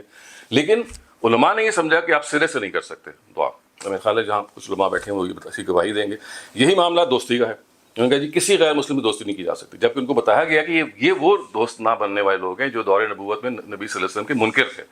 آج کل کا جو نان مسلم ہے وہ تو بیچارہ حیران پریشان ہے۔ میں آپ کو عرض کروں کہ میرا چونکہ واسطہ رہتا ہے بہت سارے سے لوگوں سے، تو میں تو ان کو اتنا زیادہ حق کو قبول کرنے کا خواہاں پاتا ہوں۔ یعنی ہم لوگ کبھی کبھی یہ کرتے ہیں کہ ہم کہتے ہیں کہ آئیے مل کے ہم بائبل اور قرآن بیٹھ کے پڑھتے ہیں، آپس میں ایک ذرا انٹرفیتھ ہارمنی پیدا کرتے ہیں، تو آپ کو نظر آئے گا کہ ایک ہی ٹاپک بائبل میں اور قرآن میں کتنا بہت ساری چیزیں مشترک ہے۔ جو اختلاف ہے وہ تو ہے، بعض جگہوں پہ ظاہر شریعت کے اندر ارتقا ہوا ہے، لیکن اس سے یہ اندازہ ہوتا ہے کہ جیسے نبی صلی اللہ علیہ وسلم کے بارے میں کہا گیا نا کہ وہ کوئی نئی دعوت نہیں لے کے آئے، یعنی تمام پیغمبر ایک ہی دعوت لے کے آنا، انا اوحینا الیک کما اوحینا الی نوح والنبیین من بعدہ، جو آپ نے وہی ہم نے آپ پہ کیے وہی نوح پہ اور بعد میں سارے پیغمبروں پہ کیے. تو یہ ان کو بتانا کہ دیکھیے ہمارا اوریجن ایک ہے، ہم ایک خدا کے جو سمجھ لیں پیروکار ہیں، ہمارے اندر کمی کوتاہیاں رہ گئی ہیں. جیسے اب کرسچنس کے بارے میں آپ یہ کہہ سکتے ہیں کہ وہ ڈیوینٹ مونوتھیسٹ ہیں، یعنی وہ منحرف شدہ توحید پرست ہیں. وہ کیسے کہ دیکھیے پورے قرآن میں حالانکہ وہ شرک کرتے ہیں، اس لحاظ سے کرتے ہیں کہ حضرت عیسیٰ کو خدا کا بیٹا مانتے ہیں، لیکن آپ حیران ہوں گے کہ پورے قرآن میں ان کے لیے کہیں ایک جگہ بھی مشرک کا لفظ نہیں آیا. یہ کہا گیا الذی اشرکوا، جنہوں نے شرک کیا، الذی اشرکوا یعنی جن سے شرک کا ارتکاب ہو گیا. جیسے ہم ہیں، ہم مسلمان ہیں، ہم سے شرک کا ارتکاب ہو جاتا ہے جب ہم جا کے علی حجویری کے قبر پہ جا کے ہم سجدہ کرتے ہیں، مسلمان ہونے کے باوجود ہم یہ کر دیتے. تو بالکل ویسے ہی ان کے بارے میں جب انہوں نے کہا کہ اللہ ایک ہے، یہ جو ہم خدا کا بیٹا یا اس کا وہ مانتے ہیں، یہ اوتار ہیں یا اس کے ایک گاڈ ہیڈ کے 3 ایسپیکٹس ہیں. تو قرآن نے ان کی یہ بات مان لی اللہ تعالیٰ نے، اور یہ کہا کہ ٹھیک ہے، آپ چونکہ خود کلیم کرتے ہیں کہ آپ مونوتھیسٹ ہیں یا توحید پرست ہیں، تو ہم آپ کو توحید پرست مانتے ہیں، اگرچہ ہم اس سے اتفاق نہیں. قرآن اللہ تعالیٰ نے کہا لقد کفر الذین قالوا ان اللہ ثالث ثلاثہ. اسی طرح سے آپ دیکھیے کہ حضرت عزیر کا معاملہ ہے، وہاں کے جو جتنے بھی یہودی تھے وہ حضرت عزیر کو خدا کا بیٹا مانتے تھے، یعنی آؤٹ سائڈ عربیہ تو نہیں تھا ایسے، لیکن ادھر کے لوگ یہ مانتے تھے. تو قرآن مجید نے ان کے بارے میں یہ کہا کہ بنیادی طور پہ مونوتھیسٹ ہیں کیونکہ ان کو غلطی لگی ہوئی ہے. لیکن اس کے برعکس جو مشرکین عرب تھے اور مثال کے طور پہ آج کے ہندو ہیں، ان کو غلطی کا معاملہ نہیں، یہ تو کہتے ہیں جی ہم ایک سے زیادہ خداؤں کو مانتے ہیں. تو اس وجہ سے ان کو المشرکون کہا گیا. بنی اسماعیل کے لیے قرآن میں لقب استعمال کیا گیا المشرکون، جبکہ اہل کتاب تمام کبھی آپ کو ایک لفظ کوئی ایک بھی ورڈ نہیں پائیں گے ان کو کافر ضرور کہا گیا، کیونکہ کافر کہتے ہیں اس کو کہ جو جانتے بوجھتے انکار کرے، لیکن کہیں ان کو مشرک نہیں کہا گیا، اس لیے کہ وہ شرک کا دعویٰ نہیں کرتے، وہ مقر بے شرک نہیں ہے، لیکن ان سے شرک کا ارتکاب ہو جاتا ہے جیسے ہم لوگوں سے بھی ہو جاتا ہے. اس لیے بنیادی طور پہ ابراہیمک جو ریلیجنز ہیں ان کے پیروکاروں کو کہا جاتا ہے کہ یہ مونوتھیسٹک ٹریڈیشن کے پیروکار ہیں، یہ توحید پرست لوگ ہیں. سو اس چیز کو اگر آپ سامنے رکھیں گے تو آپ کو یہ محسوس ہوگا کہ اس وقت جو سب سے بڑا آپ کے پاس چیلنج ہے وہ یہ ہے کہ آپ ان غیر مسلموں کے قریب ہوں. قرآن وہ کتاب جس کو ہم نے مسلمانوں کی کتاب بنا کے رکھ دیا، بدقسمتی سے یہ ہم نے نہیں سوچا کہ کتاب مسلمانوں کی کتاب نہیں ہے، یہ انسانوں کی کتاب ہے. It is meant for all mankind. ہم نے اس کو ایک جگہ بند کر دیا، یہ مسلمانوں کی کتاب ہے. ہم یہ بھی نہیں کرتے کہ ہم مسلمانوں کی اس کتاب کو کبھی تحفے میں دے دیں کسی کو پڑھنے کے لیے، کیونکہ ہمارا خیال ہے کہ اس کے نتیجے میں وہ ناپاک ہو جائے گا، یا اس نے اگر وضو نہیں کیا ہوا تو قرآن کو ٹچ نہیں کرنا چاہیے، جبکہ وہ کتاب اس جگہ پہ کھڑی ہے کہ آئیے اور مجھ سے پڑھیے اور اس سے ہدایت حاصل کیجیے. تو میں یہ عرض کروں گا کہ اس سے یہ گمان نہیں ہونا چاہیے کہ جیسے جہاد کا جو حکم ہے اس وقت منسوخ ہو گیا. نہیں، جہاد کی 2 قسمیں تھیں، ایک وہ ہے جو رسول اور انبیاء نے کیا اتمام حجت کے بعد، صرف وہ حصہ ہے جو ان کے ساتھ خاص ہے. لیکن ظلم اور عدوان کے خلاف، پرسیکیوشن کے خلاف آج بھی جہاد ویسے ہی ہے، وہ ویسے ہی اس کا حکم باقی ہے کہ دنیا میں کہیں اگر ظلم ہو رہا ہے، زیادتی ہو رہی ہے، تو ریاست فیصلہ کر کے اگر کہیں حملہ کرنا چاہتی ہے جو شرائط پوری کر کے، تو وہ جہاد آج بھی باقی ہے. اس سے یہ غلط فہمی نہیں ہونی چاہیے کہ اگر جہاد کی نفی کی جا رہی ہے تو ایک کامل نفی ہے، نہیں، یہ اس جہاد کی نفی کی جا رہی ہے جو سزا کے طور پہ دیا جاتا ہے مخاطبین کو حق پر نہ رہنے کے لیے. سو میں ان چند گزارشات کے بعد، یعنی بہت ساری چیزوں کو میں نے اسکپ اس لیے کیا ہے، کچھ ٹائم ہی ہمارے پاس کام ہے، تو میں نے خلاصہ بیان کر دیا کہ نبی صلی اللہ علیہ وسلم کے دور کی جو یہ پریکٹس ہے، صرف نبی صلی اللہ علیہ وسلم کی نہیں ہے بلکہ تمام رسول، یعنی انبیاء میں سے جو رسول کے منصب پہ فائز ہوئے ہیں، ان سب کا فیچر یہ تھا کہ انہوں نے دنیا میں جزا و سزا برپا کی جو آخرت میں ہونی تھی، اس کی ایک جھلک دکھائی دنیا میں، تاکہ ہم جو لوگ اس دور میں رہ رہے ہیں، جب ہم قرآن کو پڑھیں جس میں یہ داستان محفوظ ہے، ہمیں یہ احساس ہو کہ دیکھو یہ کام ہمارے ساتھ ہونا ہے، صرف اس کو مؤخر کر دیا گیا قیامت میں. ان کا دنیا میں حساب کتاب ہو گیا تھا، ہمارا آخرت میں ہونا ہے، باہر حساب کتاب ہونا ہے. تو وہی جو میں نے شروع میں کہا، accountability is the main theme of the Quran. کہ وہ اکاؤنٹیبلٹی کے بارے میں آپ کبھی بھی اپنے آپ کو یوں نہ محسوس کریں کہ آپ خدا سے دور ہیں. تو میں اپنی بات کو یہاں ختم کرتا ہوں. وما علینا الا البلاغ. اور آپ کے جو بھی سوالات ہیں میں اس کے لیے حاضر ہوں. یہ ہم سے پہلے ان کا دنیا میں یہ صاحب ہو گیا جی، روزے قیامت سے دوبارہ ہوگا، ان کا چلتا رہے گا. دیکھیں ان کا حساب کا معاملہ یہ ہوا کہ ان کو سزا ملی، سزا ان کو ملی حق کے انکار کی. یہ سزا ان کو برزخ میں جب ان کو سزا دیا جائے گا اس میں بھی دی جائے گی. قرآن میں اس کا ذکر ہے کہ آل فرعون جنہوں نے انکار کیا ان کو صبح و شام ٹھکانہ دکھایا جاتا ہے جہنم کا، ایک لحاظ سے ٹارچر کیا جاتا ہے ان کو برزخ. اور جب وہ قیامت میں اٹھیں گے تو قرآن کا اشد العذاب، اس سے بھی سخت دیا جائے گا، کیونکہ انہوں نے ایسے ہی جیسے خدا کو محسوس، دیکھیں نا خدا کا نمائندہ کھڑا ہوا ہے اور آپ کے پاس کوئی گنجائش نہیں ہے. آپ کے پاس یا تکبر ہے یا نسل پرستی ہے کہ بھئی چونکہ ہمارے آباء و اجداد نے بہت سارے خداؤں کو مانا ہے، یا ہم دوسروں کے اندر جو نبوت آئی ہے اس کو نہیں تسلیم کرتے. تو آپ نے محض کبر کی وجہ سے انکار کیا. آپ یو آر ایبسلیوٹلی کلیئر کہ یہ سچا پیغمبر ہے، لیکن کبر نے آپ کو کہا کہ ہم نہیں مانیں گے. اس وجہ سے اللہ تعالیٰ کی ناراضی بہت ہوتی ہے. اور آپ دیکھیں قرآن مجید کے اندر جو سختی اللہ تعالیٰ کی ہے وہ انہی لوگوں کے خلاف ہے کہ جنہوں نے حق کو پا لیا لیکن out of prejudice, out of any bias, انہوں نے کہا ہم نے نہیں اس کو مانا. یہ بڑا آپ کا بڑی مہربانی.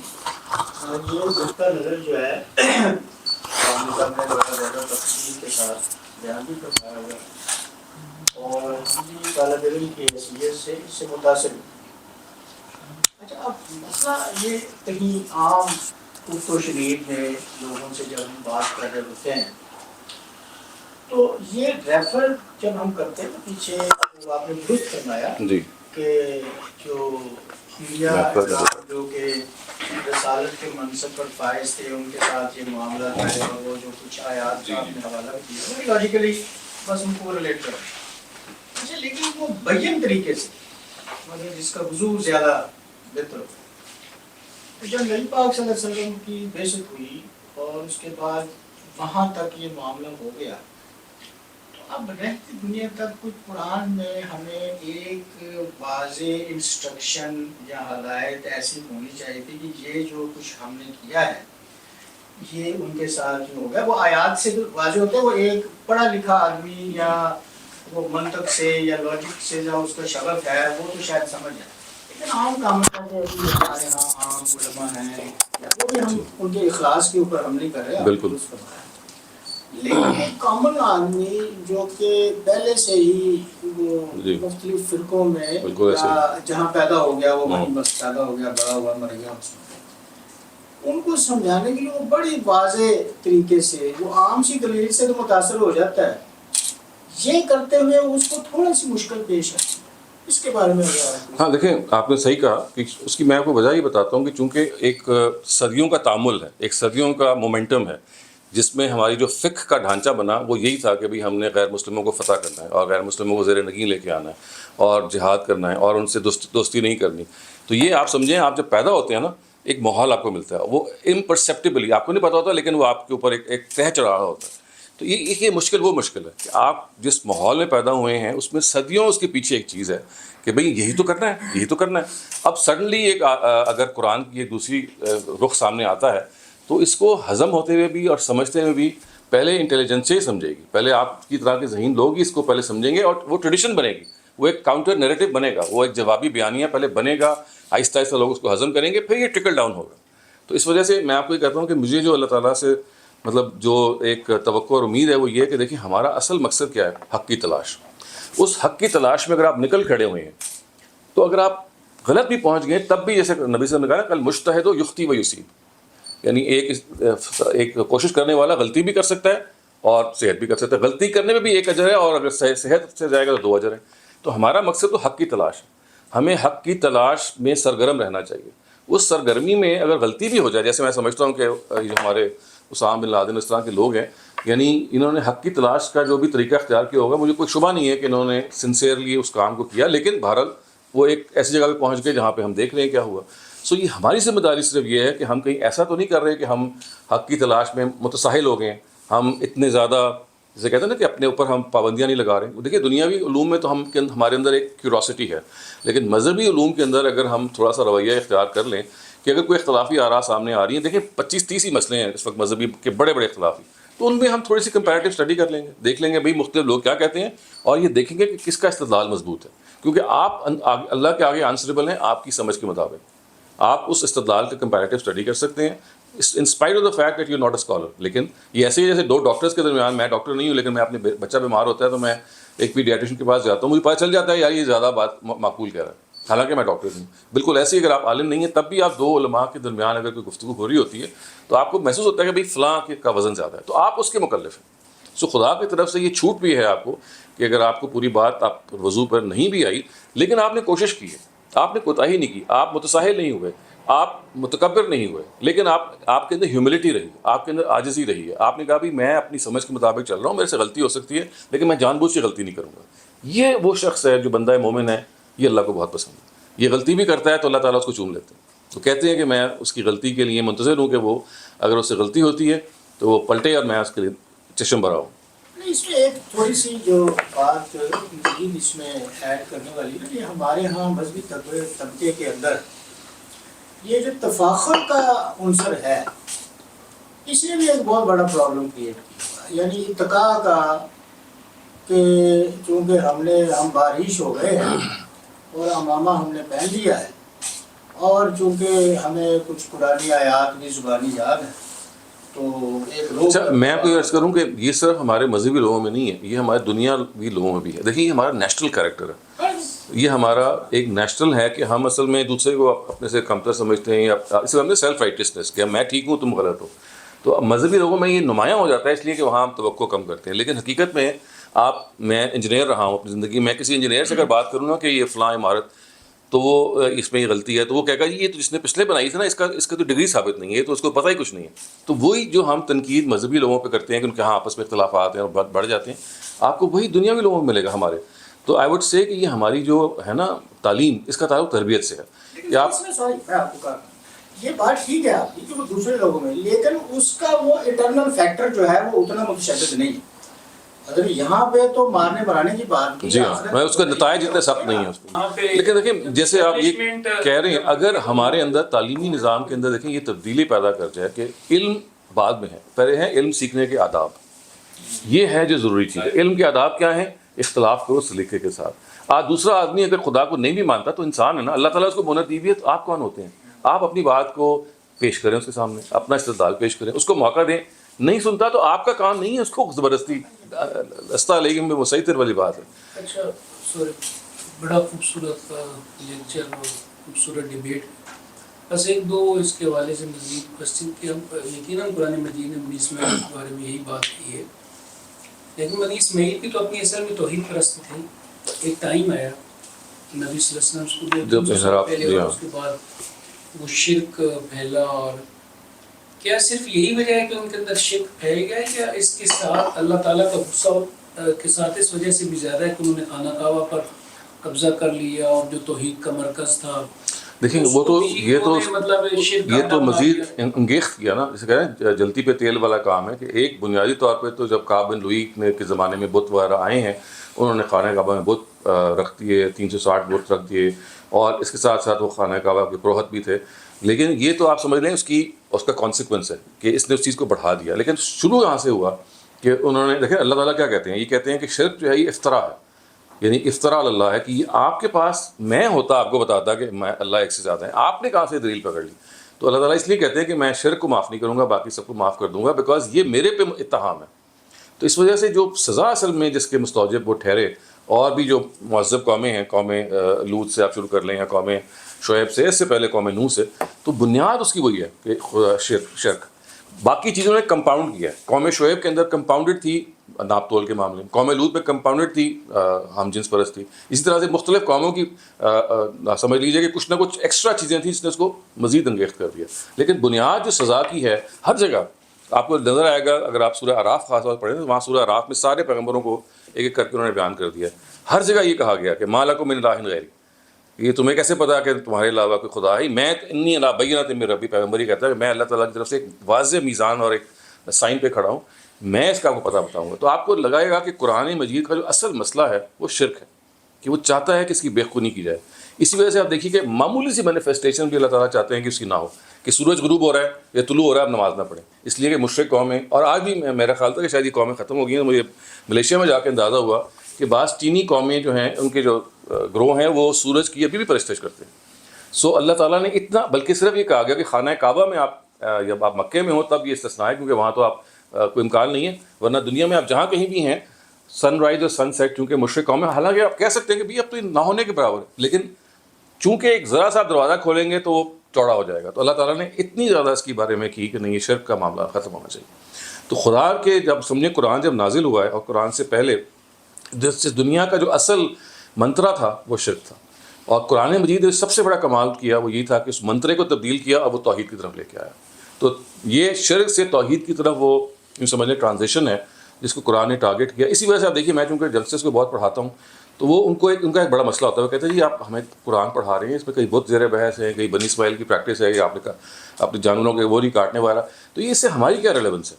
تو ان کو ہم یہ سمجھاتے ہیں کہ دیکھو بیٹا، یہ جو کتاب ہے یہ ایک دور کی کتاب ہے جو جس دور میں شرک کا دور تھا، اور وہاں جیسے وہ لکھا نا ایک اسکالر نے کہ سرزمین ہند کا تو ہر ذرہ ہی دیوتا ہے، کیونکہ وہاں اتنے دیوتا ہیں کہ بس ذرہ.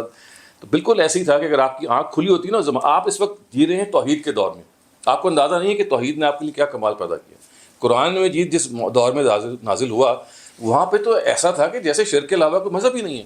تو it had to deal with شرک فار اے لاٹ آف. یعنی آپ دیکھیں 2/3 قرآن جو ہے وہ بنی اسماعیل کے بارے میں ہے، جو ہمارے اسکالرز کہتے ہیں. 2/3 ہے جو مکے میں نازل ہوا ہے. اس کی وجہ کیا ہے کہ وہ مکے کے جو لوگ تھے، جو نبی صلی اللہ علیہ وسلم کی اپنی قوم تھی، ان کو راہ راست پہ لے کے آنا تھا. تو یہ ہمیں بتانا پڑتا ہے کہ دیکھیں آپ کو آج شرک کوئی بہت بڑی چیز نہیں لگ رہا، لیکن جس دور میں قرآن آیا تھا چونکہ اس نے اس کے خلاف ایک انقلاب برپا کرنا تھا، تو it had to discuss all the nature of different types of پالیتھیزم.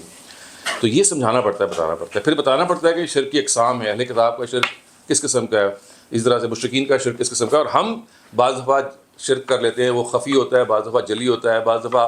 آپ کو احساس نہیں ہوتا لیکن آپ اس کا مرتکب ہو رہے ہوتے ہیں. تو آپ کو ہر انسٹنس پہ خدا کے علاوہ دیکھیں نا پریشانی اور آزمائش آتی ہے. یہ سب سے بڑی آپ کے فیتھ کا ٹیسٹ ہے، کیونکہ یہ وہ جگہ ہوتی ہے جب آپ پھر کسی پیر کے پیچھے بھاگ رہے ہوتے ہیں، کسی منتر کے پیچھے بھاگ رہے ہوتے ہیں. آپ کیونکہ بیماری میں آپ کو چین نہیں آ رہا ہوتا، اللہ تعالیٰ سے بعض دفعہ آزمائش کی وجہ سے فوراً مدد نہیں آ رہی ہوتی. تو یہ it is the biggest test of your faith کہ جب آپ کسی مشکل میں ہوں تب بھی خدا ہی کو پکارنا ہے، کسی اور کے پاس نہیں جانا. تو یہ ایکچولی شرک ہے جو قرآن کا ایک بہت بڑا مسئلہ ہے. اور اسی وجہ سے آپ دیکھیے اللہ تعالیٰ نے اس کی کوئی کسر نہیں چھوڑی اور یہ کہا کہ یہ واحد جرم ہے جو میں معاف نہیں کروں گا. اچھا ایک سوال اچھا اس میں وہ اٹیک سوال یہ اس کے ساتھ کہ دو نقطہ نظر عاملی صاحب کا بھی ہے، مودودی صاحب کا بھی ہے، مولانا وحید، اس پر بھی تھوڑی سی ویسے گفتگو کر دیں کہ یہ جو ایک ریاست قائم کرنے کا مقدمہ ہے کہ ایک نقطہ نظر یہ ہے مودودی صاحب کا، یہ مطلب جو بھی اس نقطہ نظر کا ہے کہ ریاست قائم کرنا بہت ضروری ہے، یہ ایک فرض کہہ لیں یا جی فرض عین ہے. اور دوسرا نقطہ نظر یہ ہے کہ نہیں یہ کوئی ایسا مطلب اللہ تعالیٰ کی طرف سے کوئی ایسی بائنڈنگ نہیں ہے کہ آپ نے ضرور ریاست قائم کرنی، بلکہ آپ جہاں بھی ہیں اور جس حال میں بھی ہیں اپنے اللہ تعالیٰ کی عبادت کرنی اور جو بھی معاملات قرآن اس پر. جی تو دیکھیں آپ نے بہت اچھا سوال کیا، اور اس کے ڈانڈے بھی اصل میں اسی مسئلے میں پھرتے ہیں. کیونکہ دیکھیے جس جگہ سے استدلال کیا جاتا ہے وہ کیا ہے، وہ سورہ صف کی وہ آیت ہے کہ هو الذی ارسل رسولہ بالہدی ودین الحق لیظہرہ علی الدین کلہ ولو کرہ المشرکون، کہ وہی ہے ذات جس نے اس رسول کو بھیجا تاکہ وہ اس سرزمین میں دین کو غالب کرے. تو مودودی صاحب بھی، اس کے بعد مرحوم ڈاکٹر اسرار صاحب بھی، اور اس سے پہلے کسی درجے میں مولانا ابوالکلام صاحب بھی، وہ ان آیات سے استدلال کرتے ہیں کہ دیکھیے یہ جو غلبہ حق ہے یہ پیغمبر نے کیا سرزمین عرب میں، یہ اب ہمیں بھی کرنا چاہیے کیونکہ لقد کان لکم فی رسول اللہ اسوۃ حسنہ. جبکہ وہ آیات اگر سورہ صف میں آپ نکال کے دیکھیے وہ سارے کا سارے جو ہیں وہ آیات یہ بتا رہی ہیں کہ رسول کو یہ کہا گیا ہے کہ آپ نے جو سزا دینی ہے ان مشرک قوموں کو، اس کے لیے ضروری ہے کہ پہلے آپ سرزمین عرب میں اس مذہب کو غالب کریں اور پھر اس سزا کا آغاز کریں. تو یہ بھی اصل میں اس دور نبوت کی جو پریکٹس ہے اس سے ریلیٹڈ ہے، لیکن چونکہ اس کو الگ لے لیا گیا. اور اسی طرح سے جو مشہور آیت ہے سورہ شورا کی ان اقیموا الدین ولا تتفرقوا فیہ، آپ دین کو قائم کریں. اب عربی زبان میں اقامت دین کا مطلب وہ نہیں ہے جو اردو میں ہے. اقامہ یقیموں کا مطلب ہوتا ہے کسی چیز کے ساتھ تمسک اختیار کرنا، اور جب اس کے ساتھ خاص طور پر یہ صلہ آتا ہے تو اقیم الدین کا مطلب ہے دین کو اپنی زندگی میں اختیار کریں. تو یہ دو آیتیں ہیں سورہ شورا کی اور سورہ صف کی، جس کو مودودی صاحب نے بھی اور بعد میں ڈاکٹر اسرار صاحب نے بنیاد بنا کے یہ کہا کہ دیکھیے یہ جو دین کو قائم کرنا ہے یہ ہماری فرض ذمہ داری ہے، فرض عین ہے.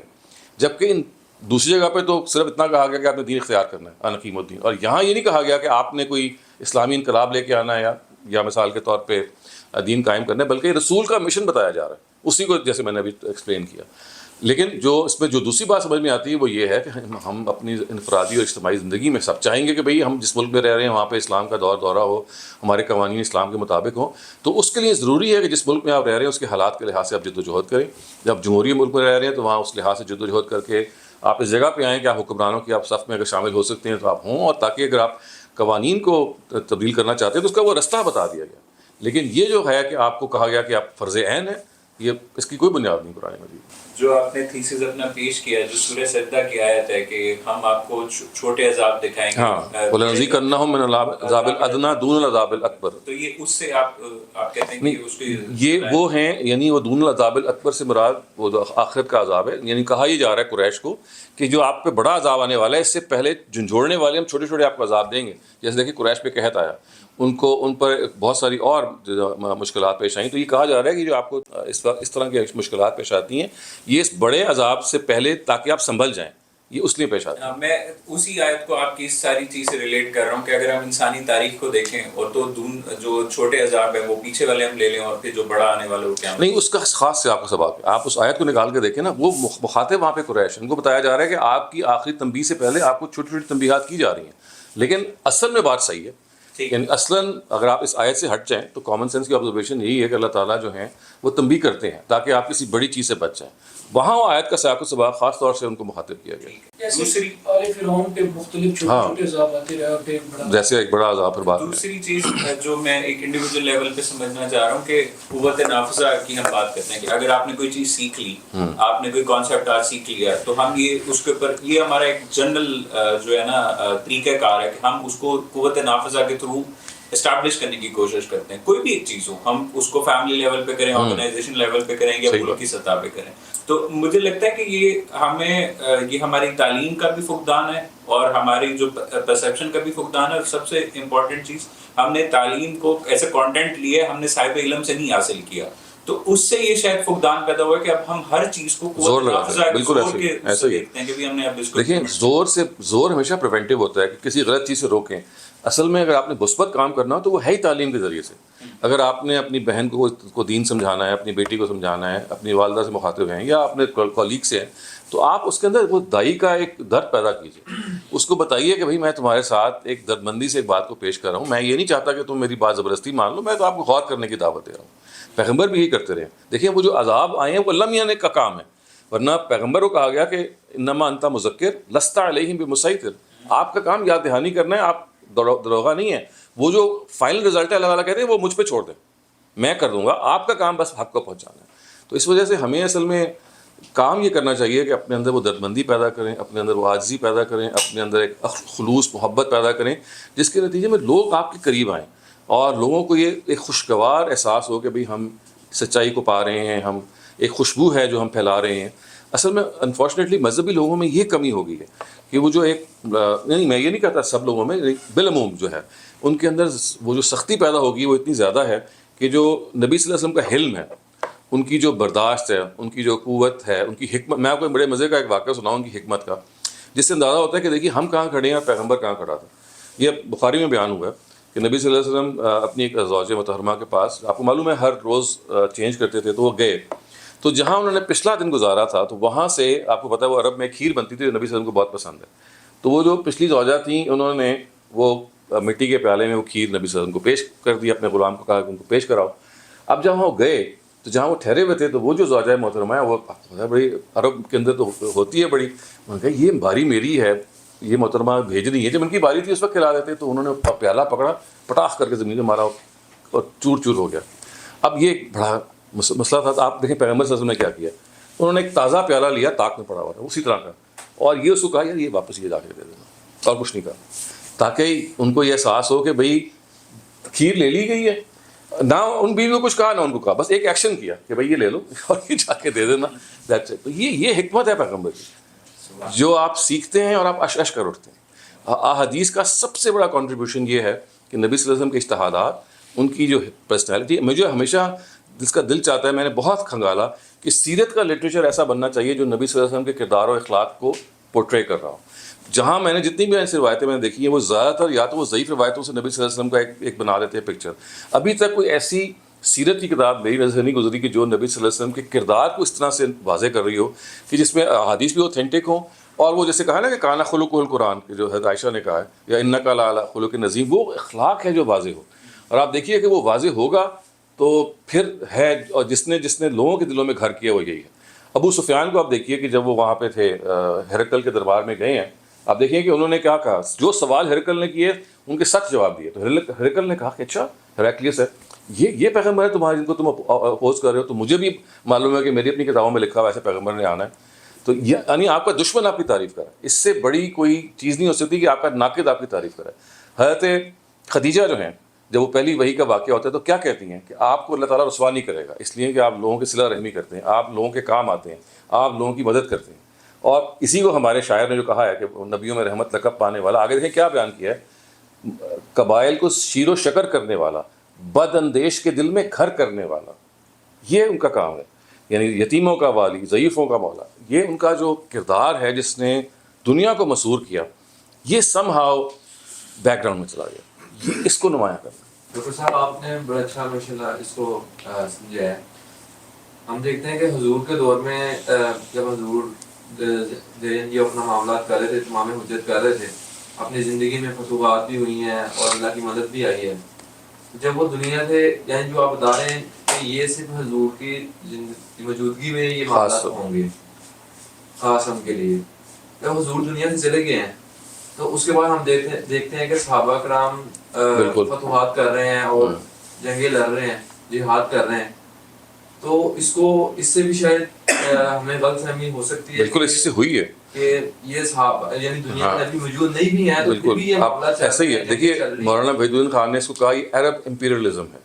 یہ عربوں کی جہانگیری ہے، اس کے تحت یہ کیا، جبکہ قرآن مجید تو اس کو اسی جزا و سزا سے جوڑتا ہے کہ صحابہ کرام نے صرف ان 14 ممالک کا احاطہ کیا جہاں پہ نبی صلی اللہ علیہ وسلم نے خط لکھے تھے اور ان کو توحید کے لیے بلایا تھا اور ان کے سامنے حجت کو تمام کیا تھا عرب میں۔ اگر میں نقشہ آپ کو بناؤں نا پرانے عرب کا، تو میں آپ کو بتا سکتا ہوں وہ بارڈر کی سارے ایریاز تھے جو بالکل متصل ہیں، بالکل متصل ہیں، ان کو کہا گیا۔ اور آپ کو میں بتاؤں یہ تاریخ میں واقعہ موجود ہے کہ جب ایک جگہ وہ پہنچے ہیں بحرین کے پاس، تو وہ آگے جانے کی کوشش کی ہے،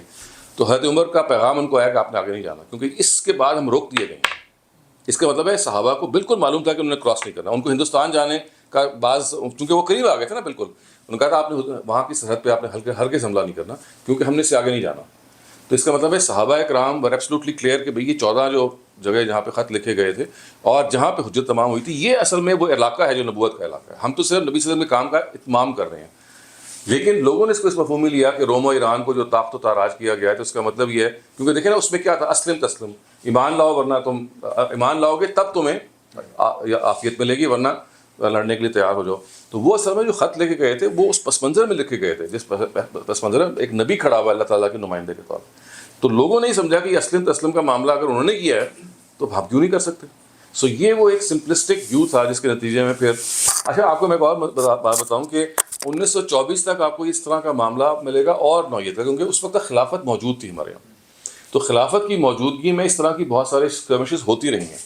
یہ پروناؤنسڈ ہوا ہے 1924 کے بعد، اب 100 سال میں، کیونکہ جیسی خلافت کا الغاء ہوا تو ایک بہت بڑی محرومی کے بعد اب ریوائول کی جو تحریکیں تھیں انہوں نے جنم لینا شروع کر دیا۔ اس ریوائول میں یہ سوال پیدا ہو گیا کہ اس کی ہم نے بازیافت کیسے کرنی ہے۔ تو پھر یہ سوال آیا کہ اللہ تعالیٰ کے پیغمبر نے کیا کیا تھا، ان کا تو انہوں نے یہ کیا تھا، انہوں نے کہا ہم بھی یہ کریں گے۔ اس سے پہلے ہم کرتے رہے ہیں پیسفل طریقے سے اور ریاست کے ذریعے سے، نہیں، اب ہمیں کرنا ہے ایک قتال کے ذریعے سے اور اس کے ذریعے سے۔ سو یہ سارا کا سارا فنامنا وہاں سے پیدا ہوا۔ سر اب یہ معاملہ گزر گیا ہے، اب ہم اس دور میں جی رہے ہیں، تو آج کے دور میں ہمارے لیے دعوت کا ایک کون سا ذریعہ ہونا چاہیے، کیا طریقہ ہونا چاہیے؟ میں کہتا ہوں کہ اتنی زبردست آپ کو اللہ تعالیٰ نے موقع دیا ہے، اور اس کو آپ کو کرنا چاہیے کہ آپ اپنے غیر مسلم برادران کو، ان کو بھائیوں کو یہ سمجھائیں کہ دیکھیے یہ جو اسلامو فوبک ٹینڈنسیز ہیں، یہ اسلام کی ایک ایسی تعبیر ہے جس کی وجہ سے ہم اس چیز کو گزر رہے ہیں۔ اسلام اس طرح کی بات نہیں کہتا۔ پہلے تو آپ ان کے سوالوں کو ریسٹ دیم ان پیس سے کہتے ہیں نا، کہ ان کو بتائیں کہ یہ ٹیررزم یا اسلاموفوبیا ہے، یہ مذہب کی یا قرآن کی بعض آیتوں اور حدیث کی بعض انٹرپریٹیشنز کو ایک خاص تناظر میں انٹرپریٹ کیا گیا۔ پہلے تو آپ ان کو بیانیہ کا درست کریں گے اور آپ ان کو بتائیں گے کہ ہم ایک ہی سوتے سے پھوٹے ہوئے ہیں۔ اللہ تعالیٰ نے تمام نبی صلی اللہ علیہ وسلم کو ساری جو امت کے ہمارے جو پیغمبر تھے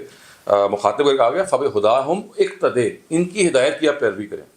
سو یہ بتائیں کہ دیکھیے ہم سارے پیغمبر ایک ہی جگہ سے ہیں، سب ایک ہی لے کے آئے میسج، ہمارے اور آپ میں ایک ہی فرق ہے کہ اللہ تعالیٰ نے جس کلام کو ہمیں دیا اس کو محفوظ کر لیا۔ آپ کے پاس جو کتابیں ہیں، میں چونکہ بائبل پڑھاتا ہوں، بہت دیر سے پڑھا رہا ہوں، میں آپ کو یہ بتا سکتا ہوں اپنے ترجمے میں بھی کہ 80% اس میں جو کچھ بات بیان ہوئی وہ وہی ہے جو قرآن مجید میں۔ وہ 20% انحرافات ہیں، جیسے پیشن گوئیوں کے بارے میں ہے، یا حضرت ابراہیم کا سرزمین عرب کے بارے میں ہے۔ تو میں ان کو بتاتا ہوں، دیکھیے کہ اگر آپ قرآن اور بائبل کو ساتھ ساتھ رکھیں گے تو آپ کو تو لگے گا ایک ہی سوتے سے پھوٹی ہوئی ایک ہی کتاب ہے، اختلاف چند جگہوں پہ ہے۔ تو ہم صرف یہ کہتے ہیں کہ چونکہ قرآن اپنی اصل زبان میں پرزروڈ ہے، اس میں کوئی گنجائش نہیں ہے پرزرویشن کے بارے میں، جبکہ تورات یا انجیل کے بارے میں ہم یہ نہیں کہہ سکتے، ہمارے پاس تراجم ہیں، وہ خود بھی نہیں کہہ سکتے۔ میں ایک دفعہ لیکچر دینے گیا کرسچن مشنری اسکول، UCH ایک ہسپتال ہے، تو وہ اپنا 100 سالہ کوئی بنا رہے تھے، تو میں نے ان سے کہا، وہاں پہ عیسائی علماء بیٹھے ہوئے تھے، میں نے کہا آپ دیکھیے آپ میں سے کوئی یہ نہیں کہتا کہ آپ کی جو پاس جو گاسپلز ہیں، آپ پاس انجیلیں ہیں، یہ وہی ہیں جو نبی صلی اللہ علیہ وسلم جو حضرت عیسیٰ پہ نازل ہوئی تھی، کیونکہ حضرت عیسیٰ جو وہ تو بولتے تھے سریانی زبان یا آرامی زبان، پہلی مرتبہ بائبل لکھی گئی ہے یونانی زبان میں، اور وہ یونانی زبان میں جو پہلی مرتبہ لکھی گئی وہ بھی ہمارے پاس نہیں ہے۔ تو کسی نے انکار نہیں کیا. تو یہ وہ حقیقت ہے کہ جو ان کے اسکالرز بھی مانتے ہیں کہ ہمارے پاس ہمارا جو اسکرپچرز ہیں وہ اصل لینگویج میں محفوظ نہیں ہے, ہمارے پاس تراجم ہے. تو ہم ان سے یہ کہتے ہیں کہ دیکھیں اگر آپ نے صرف سمجھنا ہو کہ فرق کیا, تو فرق یہی ہے کہ Quran is the latest edition of God's book. پیچھے والے تھے وہ پریویس ایڈیشن تھے جن کو اللہ تعالیٰ نے ریوائز کر دیا, یا یوں سمجھ لیجیے کہ اپ گریڈ کر دیا اور محفوظ کر دیا.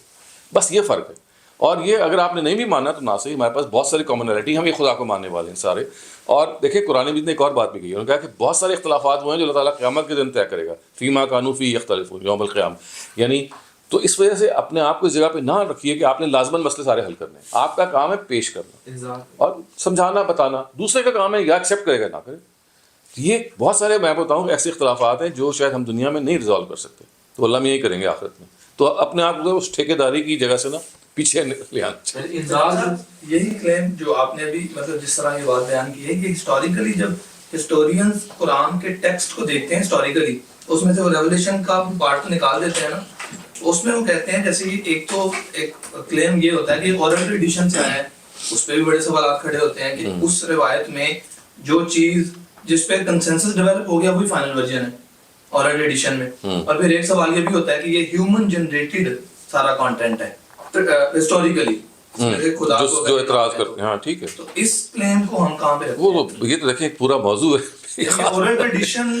دیکھیں میرا چونکہ اس پہ 15-20 سال کا کام ہے تو میں کسی وقت آپ کہیں گے تو میں پیش کر دوں گا, لیکن میں آپ کو دوسرے سوال کا پہلے جواب دے دیتا ہوں, کیونکہ یہ ایسی چیز ہے کہ جس کو قرآن نے خود بیان کیا ہے. اور یہ کہا گیا کہ یہ بات کہ آپ اس کو کہیں کہ ہیومن جنریٹڈ چیز ہے, اس کو تو یہی بات ہی نفی کرنے کے لیے کافی ہے کہ نبی صلی اللہ علیہ وسلم امی تھے, وہ لکھنا پڑھنا نہیں جانتے تھے, اور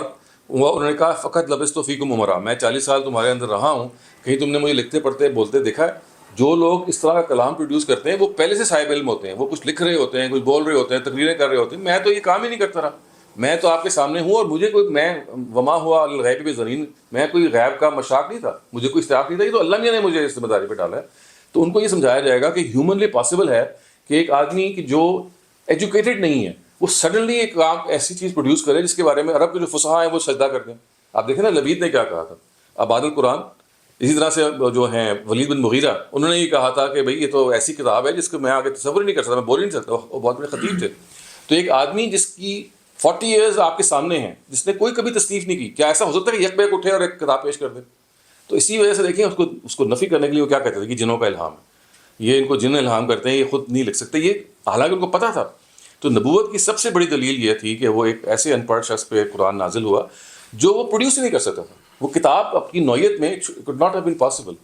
لیکن جو پہلے آپ کی بات ہے کہ اورل ٹریڈیشن کے ذریعے سے قرآن پرزرو ہوا یا اس میں کوئی نہیں آئے, یہ ایک اچھا ڈیٹیل موضوع ہے. لیکن میں خلاصہ آپ کو یہ کہہ سکتا ہوں کہ حقیقت میں ایسا ہی ہوا ہے کہ اللہ تعالیٰ نے جو اجماع اور تواتر کا جو کانسیپٹ پیدا کیا, یہ پہلی جنریشن سے پیدا ہو گیا تھا. نبی صلی اللہ علیہ وسلم کے بعد صحابہ کے کوئی کہا جاتا ہے کہ 60,000 اور ایک دوسرے اندازے کے مطابق 1,20,000 لوگ تھے جو خطبہ حجۃ الوداع پہ تھے. تو ان تک قرآن منتقل ہوا. اور پھر یہ صرف ایسا نہیں تھا کہ انڈیویجول لوگ تھے, ریاست قائم رہی. اور پھر ریاست آپ کو معلوم ہے 1924 تک چلتی رہی. تو ایک طرف ریاست تھی پیچھے, اور ایک طرف ایک بہت بڑا جمع غفیر تھا جنہوں نے اس کو اورلی منتقل کیا اور پھر بعد میں ضبط کر لیا. ایسا نہیں کہ ضبط نہیں کیا گیا, ساتھ ساتھ بھی ضبط ہو رہا تھا لیکن اعراب نہیں لگ رہے تھے. یہ خاص دور میں جب اعراب لگ گئے تو پھر جو تحریر تواتر تھا وہ برابر ہو گیا قولی تواتر کے. جب تک نہیں لگے تھے سوال تو اسی پہ اٹھتا ہے نا کہ وہ جو فائنل ورژن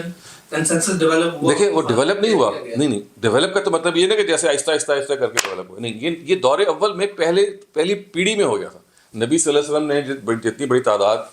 صحابہ کی تھی, تواتر کا یہی مطلب ہے نا کہ اتنی بڑی تعداد لوگوں کی ہو کہ اس کا جھوٹ پہ جمع ہونا ناممکن ہو. یعنی کوئی وہاں بیٹھا ہوا ہے, کوئی وہاں بیٹھا ہوا ہے. اگر تو کوئی آپس میں مل کے ملی بھگت ہوتی تو بھائی کم سے کم اکٹھے بیٹھے کرتے. یعنی دور دور بیٹھے ہوئے لوگ ایک ہی بات کر رہے ہیں. اس میں وہ روایات پیش کرتے ہیں نا, روایات حضرت عثمان کے دور میں بہت سے لوگوں کو اس سے منع کر دیا گیا,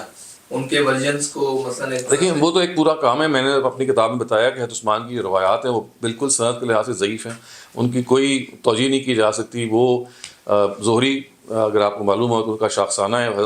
دونوں کیسز میں, اور اس کے اندر قرآن کو ڈسپیرج کیا گیا ہے. اور قرآن کے بارے میں ایک یہ رائے قائم ہوگی جیسے یہ بس اندازے سے جمع ہو گیا اور اس کے بعد جا کے اس کو شائع ضائع کیا گیا. اس میں جو ڈاکٹر صاحب دوسری بات ہے, آپ نے اس کا جواب دیا ہے, دوسری بات کو بھی پہلی کے ساتھ ملاتے ہیں. مثلا یہ جو ہیومن جنریٹڈ کا کانٹیکسٹ لیتے ہیں, کہتے ہیں ایک انسان ہے نا, اس کی ٹیسٹیمنی پہ ہم بلیو کر رہے ہیں. سب سے پہلے تو ٹیسٹیمنی کون کہاں کیسے لیں؟ مثلا اگر کوئی مجھے کہتا ہے کہ میں نے چائے پی ہے تو میں اس کی ٹیسٹیمونی قبول کر لیتا ہوں. وہ مجھے کہتا ہے میں آسمان سے ہو کے آیا ہوں تو مجھے ایکسٹرا آرڈنری کلیم کے لیے ایکسٹرا آرڈنری جسٹیفیکیشن چاہیے. وہ ایکسٹرا آرڈنری جسٹیفیکیشن کے بارے میں خود قرآن نے بتا دیا کیا ہے کہ لو کانا من عند غیر اللہ لوجدوا فی اختلافا کثیرا. یہ کتاب انسانی کلام اس لیے نہیں ہو سکتی کہ اگر انسانی کلام ہوتا تو آپ اس میں جگہ جگہ ڈسکرپنسیز اور اختلافات دیکھتے. تو قرآن نے اپنے بارے میں معیار بتا دیا کہ یہ انسانی کلام نہیں ہو سکتا. اور اب دیکھیں دنیا میں کتنے لوگوں نے کوشش کی ہے کہ قرآن کے اندر اختلافات نکالے جائیں, اور ابھی بھی بہت ساری کتابیں ہیں errors in the Quran, mistakes in دا قرآن, لیکن سب کو آپ جا کے دیکھیں گے تو وہی ہے کہ عربیت سے ناواقفیت کی وجہ سے انہوں نے مسٹیکس بنا دی. سو اس وجہ سے قرآن اپنے بارے میں یہ کہتا ہے کہ اگر یہ غیر اللہ سے ہوتا تو پھر اس میں اختلاف بہت ہوتا, اور دینے والا یہ کہتا ہے کہ اگر یہ میں دینے والا ہوتا تو میں تو 40 سال سے آپ کے سامنے ہوں, میں بکریاں چرا رہا ہوں, میں آپ کے کام کر رہا ہوں, میں اپنی بیوی کا وہ لے کے جا رہا ہوں, مرچنڈائز لے کے جا رہا ہوں سیریا اور شام قافلوں کے اندر, میں تو یہ کام ہی نہیں کر رہا, میں تو تصنیف و تعلیف سے میرا دور دور تک واسطہ نہیں ہے. کبھی دنیا میں ایسا ہوا ہے کہ 40 ایئرس کی ایج میں ایک آدمی کا کوئی پس منظر نہیں ہے, وہ ان پڑھ ہے, اور سڈنلی وہ ایک بہت بڑا ایک زبردست چیز پیش کر دے. تو یہ ہے جو آپ کو بہت اعتماد سے پیش کرنا چاہیے ان لوگوں پہ جو اعتراض کرتے ہیں. جی سر. میں اس میں ایک ابہام کی توضیح کے لیے جی جی آپ نے تفہیم قرآن کا جو بنیادی مقدمہ ہے وہ ماشاءاللہ آسن انداز میں پیش کیا ہے, اور علم اور حلم دونوں کی جامعیت کے ساتھ. تو اصل میں اگر اس مقدمے کو جب ہم سمجھتے ہیں تو ایک ابہام پیدا ہوتا ہے کہ قرآن پاک کی آیات کے کچھ احکام جو ہے نا وہ دور نبوی کے ساتھ خاص ہیں, آج کل وہ پہلے نہیں ہے, جیسے فقاتل ائمۃ الکفر اور جہاد وغیرہ کی آیات ہیں اور دیگر بھی. تو پھر اس کو آج کل وہ آیات قرآن مجید میں تو موجود ہیں جی, لیکن ان کے بارے میں ہم یہ رکھیں کہ یہ غیر عبدی ہیں اور آج کل ان کے احکام نہیں موجود ویلڈ. تو پھر ہم ان کا سٹیٹس کیا رکھیں گے کہ یہ منسوخ ہیں یا مخصص ہیں دور نبوی کے ساتھ؟ اگر ہم یہ سٹیٹس رکھیں کہ یہ احکام منسوخ ہیں یا مخصص ہیں تو پھر مخصص اور ناسخ کون ہوگا؟ بالکل ٹھیک ہے, بہت اچھا سوال ہے. دیکھیں میں تو بار بار یہ کہہ رہا ہوں کہ دیکھیں ہمارا جو سب سے بڑا مسئلہ ہے نا, ہم اس دور میں رہ رہے ہیں, دور بعد از نبوت, یہ ہم یہاں پہ کھڑے ہیں. سب سے بڑا مسئلہ ہمارا اکاؤنٹیبلٹی ہے, قیامت ہے. تو یہ ان میں سے کوئی بھی ریلیونٹ نہیں ہے, اس لیے کہ ہم قرآن پڑھتے ہیں تو وہ جو آیات ہیں وہ یہ بتا رہی ہیں کہ دیکھیں دنیا میں ان لوگوں کا حساب کتاب ہوا ہے, اس کی سرگزشت ہے یہ, اور ہمیں یہ بتایا جا رہا ہے کہ نتیجہ یہ نکالو کہ تمہارا بھی حساب کتاب ہونا ہے. تو یہ اسے کہتے ہیں نا کہ انالوجی ہے, اس کا مطلب یہ نہیں ہے کہ وہ طابق نال بن نال آپ سے ریلیٹڈ ہے, وہ آپ کو ایک پیغام دے رہی ہے. وہ یہ بتا رہی ہے کہ دیکھو یہ پیغمبر کے دور میں اکاؤنٹیبلٹی ہوئی ہے, دنیا میں ہوئی ہے, تمہاری تو دنیا میں نہیں ہو رہی. تو یہ مت سمجھو کہ دنیا میں اگر نہیں ہوئی تو ہونی نہیں ہے, وہ ہونی ہے, صرف مؤخر کر دی گئی ہے. تو اس وجہ سے یہ ایک بہت پاورفل پیغام ہے. ورنہ آپ دیکھیے کہ قرآن مجید کے بارے میں یہ تصور کو ایک وہ یونیورسل کتاب ہے یا اس کی ہر ایک جیسے کہتے ہیں نا کہ اس کے اندر ہر چیز موجود ہے, یہ ہمارے چند لوگوں کا نقطہ نظر رہا ہے. یعنی یہ ہمارے ہاں دور حاضر کا ایک منترا ضرور بن گیا ہے کہ قرآن مجید میں ہر علم موجود ہے یا قرآن مجید کی ہر آیت جو ہے اس سے ہدایت ملتی ہے. حقیقت میں ہمارے ماضی کے لوگوں نے یا ہمارے جو جگہ اسکالرز ہیں انہوں نے کبھی ایسی بات نہیں کی. سیوطی کے بارے میں آپ کو بتاتا ہوں, اگر آپ ان کی اتقان پڑھیں گے تو وہ آپ کو وہ جو آیت ہے نا قرآن کی ما فرطنا فی الکتاب من شیء, سورہ انعام میں آتی ہے کہ ہم نے اس کتاب میں کچھ نہیں چھوڑا. اس کو انہوں نے اتنا سا لے لیا, تو انہوں نے کہا کہ دیکھو یہ قرآن نے کہا کہ ما فرطنا فی الکتاب من شیء, کہ ہم نے اس کتاب میں کچھ نہیں چھوڑا. اس کا مطلب کیا ہے؟ کوئی علم نہیں چھوڑا. تو اب پھنس گئے. ظاہر ہے کہ جب کوئی علم نہیں ہے تو پھر انہوں نے کیا کیا, اگر آپ اتقان کا حصہ نکال کے پڑھیں گے, باغبانی اور ایگریکلچر اور جتنے بھی علوم ہیں نا, اس کو انہوں نے کہا دیکھیں یہ شجر کا لفظ آ گیا, تو مجبور ہو گئے بتانے کے لیے کہ بھئی یہ لفظ جو ہے اصل میں جو علم ہے وہ قرآن سے ماخوذ ہے. اب آپ دیکھیں آیت کو نکال کے دیکھیں, آیت کا سیاق و سباق یہ ہے کہ پیچھے ذکر آ رہا ہے توحید کا, اور اس ذکر میں یہ آ گیا کہ ما فرطنا فی الکتاب من شیء, اس توحید کے دلائل کے بارے میں ہم نے قرآن میں کوئی کسر نہیں چھوڑی. یہ نہیں کہا گیا کہ قرآن میں کوئی کمی رہ گئی ہے یا کوئی علم ایسا نہیں ہے جو قرآن میں بیان نہیں ہوا, بلکہ کہا گیا قرآن کے بارے میں توحید کے جو دلائل ہیں کوئی ایسا نہیں ہے جو بیان نہیں ہوا. وہ سیاق و سباق سے کٹ گیا. تو یہ ایک تاثر دیا گیا کہ جیسے قرآن ایک یونیورسل کتاب ہے, اس میں ہر علم ہونا چاہیے. ورنہ جیسے میں عرض کروں گا اگر آپ قرآن کو خود قرآن کی روشنی میں پڑھیں گے تو وہ تخصیص میں کھڑا ہوا ہے.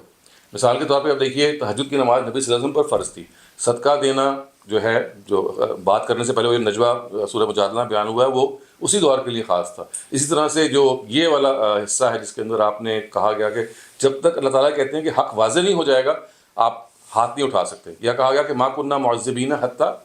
نبعث رسولا, تو رسول تو ہے نہیں, تو آپ اس آیت کو اگر آپ پڑھیں گے تو آپ کو اندازہ ہو جائے گا کہ وہ اصل میں آیت آپ کو ایک پیغام دے رہی ہے کہ وہ اکاؤنٹیبلٹی آپ کی ہونی ہے. تو اگر آپ اس کو وہاں جگہ پہ رکھیں گے نا کہ یہ براہ راست تو واقعی آپ صحیح کہہ رہے ہیں، ایسا نہیں کہ وہ ہمیں کہہ رہی ہے، لیکن وہ اتنا اسٹرانگلی بتا رہی ہے کہ جو ہمارا سب سے بڑا مسئلہ ہے اکاؤنٹیبلٹی اور احتساب کا جو ہم بھول جاتے ہیں، اس کی بار بار یاد دہانی کرا رہی ہے. تو اس کا یہ ریلیونس ہے. آپ کا میں جو ہے نا چھمبا، یہ بہت سارے لوگ یہ بیان کرتے ہیں اور یہ بڑی اچھی مطلب اسے کہتے ہیں ایک بڑی ویلڈ چیز ہے، لیکن آپ اس کو ایسے سمجھیے کہ وہ ویلیڈیٹی اس کی آگے برقرار ہے. صرف وہ چونکہ قرآن کی نوعیت اگر آپ سمجھ لیں گے نا کہ قرآن ہے کیا، یہ بنیادی طور پہ نبی صلی اللہ علیہ وسلم کے زمانے میں جو چھوٹی قیامت برپا کی گئی تھی اس کی داستان ہے. تو جیسے ہی آپ یہ کہیں گے نا اس کی داستان ہے تو پھر آپ کو وہ ڈیٹیل ساری بیان کرنی پڑیں گی. لیکن اگر آپ قرآن کا موضوع یہ طے کریں، جیسے لوگوں نے کہا کہ قرآن کا موضوع یہ ہے کہ اس میں ہر چیز کا حل بیان ہوا ہوا ہے. حتیٰ کہ مجھے یاد ہے کہ ڈاکٹر طاہر القادری صاحب نے ایک دفعہ لیکچر دیتے ہوئے کہا کہ اسپیس شپس جو ہے نا وہ بھی مینشن ہے، وہ ہے نا قرآن میں لَتَرْكَبُنَّ طَبَقًا طَبَقًا، کہ ہم وہاں پہنچ جائیں گے. تو اگر آپ اس طرح کی بات کریں گے تو ظاہر ہے، یا جیسے مولانا اشرف علی تھانوی صاحب نے بہشتی زیور میں لکھا کہ اگر آپ نے مانگ سیدھی نکالنی ہے تو اہدِ صراط المستقیم پڑھیں تو آپ کی مانگ بھی سیدھی نکل آئے گی. تو یہ ہمارے لوگوں کی آپ سمجھ لیجیے ایک یوں ہی سمجھ لیجیے ان کا ہے. ورنہ قرآن کو اگر آپ قرآن کی روشنی میں پڑھیں گے تو وہ اس جگہ پہ کھڑا ہوا ہے کہ ہم دور نبوت کی ایک داستان بیان کر رہے ہیں تاکہ تم سبق سیکھو. لیکن یہ نہیں ہے کہ وہ محض داستان ہے، اس داستان کے اندر شریعت بیان ہوئی ہے، اس داستان کے اندر حکمت بیان ہوئی ہے، اس داستان کے اندر ایک اچھے انسان کے اوصاف بیان ہوئے ہیں. اس سے کشید کرو. اس میں بتایا گیا کہ مومن کون ہوتا ہے، اس میں بتایا گیا کہ خدا پرست لوگ کون ہوتے ہیں، اس میں بتایا گیا کہ آخر کی کیا دلائل. تو آپ اگر دیکھیں گے نا، دیکھیے آپ اس سارے کے سارے پیغمبر استدلال کرتے تھے اپنی امت سے، وہ بتاتے تھے کہ آخر کیوں نہیں آ رہی. تو وہ سمجھ لیجیے کہ جو ان کا انداز تھا اور جو ایشوز درپیش تھے، کم و بیش وہ ایشوز ہمارے بھی ہیں. صرف آپ یوں کہہ سکتے ہیں کہ ایسا نہیں کہا گیا آپ کو مخاطب کر کے، ان کو مخاطب کر کے آپ کو ہدایت دی گئی. میں اصل میں یہ تھا کہ جس طرح آپ نے ابھی ایک مثال ایڈ کی ہے کہ وہ تہجد آپ صلی اللہ علیہ وسلم پر وہ فرض آیا تو وہ ان کے فرض تھی. ہاں، تو اس کا اسٹیٹس بنایا نا کہ وہ قرآن پاک میں آیت تو ہے لیکن اس میں موجود حکم جو ہے وہ خاص ہے رسول. ہم نے اس کو منسوخ کی کیٹیگری میں نہیں رکھا بلکہ تخصیص کی کیٹیگری. یہی کیٹیگری اس کی بھی، یہ بھی تخصیصی کیٹیگری. اس کو ہم منسوخ کی کیٹیگری نہیں بالکل بھی نہیں، ہرگز نہیں. تو پھر ان کا مخصص ہم کون سے کیا ہوگا جس طرح اس کے لیے تو آیات نہیں، اس کے لیے تخصیص یہ ہے کہ دور نبوت میں اللہ تعالیٰ نے کہا کہ ما کنا معذبین حتی رسولا، کہ جب تک رسول نہیں ہوگا تو عذاب کی کوئی کیفیت ہے جو آپ کے اختیار میں نہیں. ہم نہیں وہ کام کر سکتے رسول نے کیا. اور جب یہ کہا گیا کہ وَلِكُلِّ أُمَّةٍ رسول، ہر امت کے لیے رسول ہے. فَإِذَا جَاءَ رَسُولُهُمْ قُضِيَ بَيْنَهُمْ بِالْقِسْطِ، جب رسول آتا ہے تو ہم زندگی میں اس قوم کا فیصلہ کر دیتے ہیں. تو یہ تو ایک مخصص بتا رہا ہے کہ بھئی یہ رسول کی زندگی خاص ہے. پھر یہ کہا گیا ان الذین یحادون اللہ ورسولہ، نہیں اولئک فی الاذلین، یہ لوگ تباہ و برباد ہو کے رہیں گے، اس لیے کہ کتب اللہ اغلبن انا ورسولی، سورہ مجادلہ میں کہا. تو یہ اگر آپ قرآن کو پڑھیں گے تو قرآن خود اس کی تخصیص کر رہا ہے کہ دیکھو یہ رسول ہیں جن کو یہ منصب دیا گیا ہے، یہ انسٹرومنٹس آف جسٹس پیغمبر ہیں. اس سے پہلے یہی کام سائیکلونز اور ٹورنیڈوز کرتے تھے کہ قوم کو تباہ کر دیتے تھے.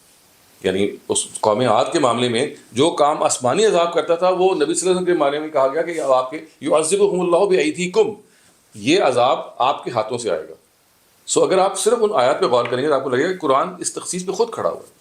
اور یہ اتنی آیات ہیں، کیونکہ دیکھیے میں آپ کو ایک اور عرض کروں، آپ بھی اتفاق کریں گے زیادہ تر قرآن اس وقت حفظ و تلاوت کی چیز بن کے رہ گیا. غور و خوض کرنا یہ تقریباً ختم ہو چکا ہے. حتیٰ کہ وہ لوگ جو کہ جید علماء بھی ہیں وہ بھی اپنے دائرے سے باہر آنے کے لیے تیار نہیں ہیں، کیونکہ اگر ان کے کسی امام نے ایک بات کہہ دی ہے اور ان کی رائے اس سے مختلف ہے تو وہ مجبور ہیں اس امام کی بات ماننے کے. تو تقلید، علماء کی تقلید تو میں سمجھتا ہوں، مجھے آپ معاف کیجیے گا میں سخت لفظ استعمال کر رہا ہوں، یہ بہت بری چیز ہے.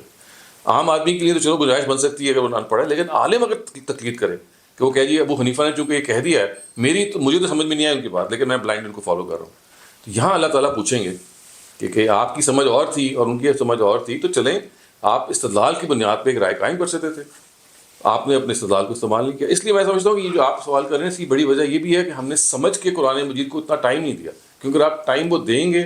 تو آپ خود اس کو محسوس کریں گے کہ بھئی یہ کتاب ہی خود تخصیص میں کھڑی ہے. نہیں اس کا، اور اس کا یہ مطلب نہیں کہ بالکل ہی تخصیص ہے، اس کا مطلب وہی ہے کہ یہ ہمیں جو بنیادی ہدایت چاہیے وہ بیان کرتی ہے. آپ جو ہے نا وہ اسوا کی اس کانٹیکٹ کے سارے کانٹیکٹ میں اسوا کو ایکسپلین کرتے ہیں کہ لکانکم، وہ تو بہت خوبصورت خود قرآن نے سورہ احزاب میں جہاں یہ آیت آئی ہے نا وہاں یہ بتا دیا کہ جو اسوا کا معاملہ ہے وہاں پہ اخلاق کو بیان کیا جا رہا ہے. وہاں دیکھیں وہاں کیا تھا کہ لوگ میدان چھوڑ کے بھاگ رہے تھے، نبی صلی اللہ علیہ وسلم جم کے کھڑے ہوئے تھے، اس پہ کہا گیا کہ دیکھو تمہارے رسول کا اسوہ یہ ہے کہ وہ اخلاق کے اعلیٰ معیار پہ کھڑا ہوا ہے. تو اسوہ کا تعلق اخلاق کے اعلیٰ معیار سے ہونے سے، نہ کہ بعض تخصیصات پر عمل کرنے سے.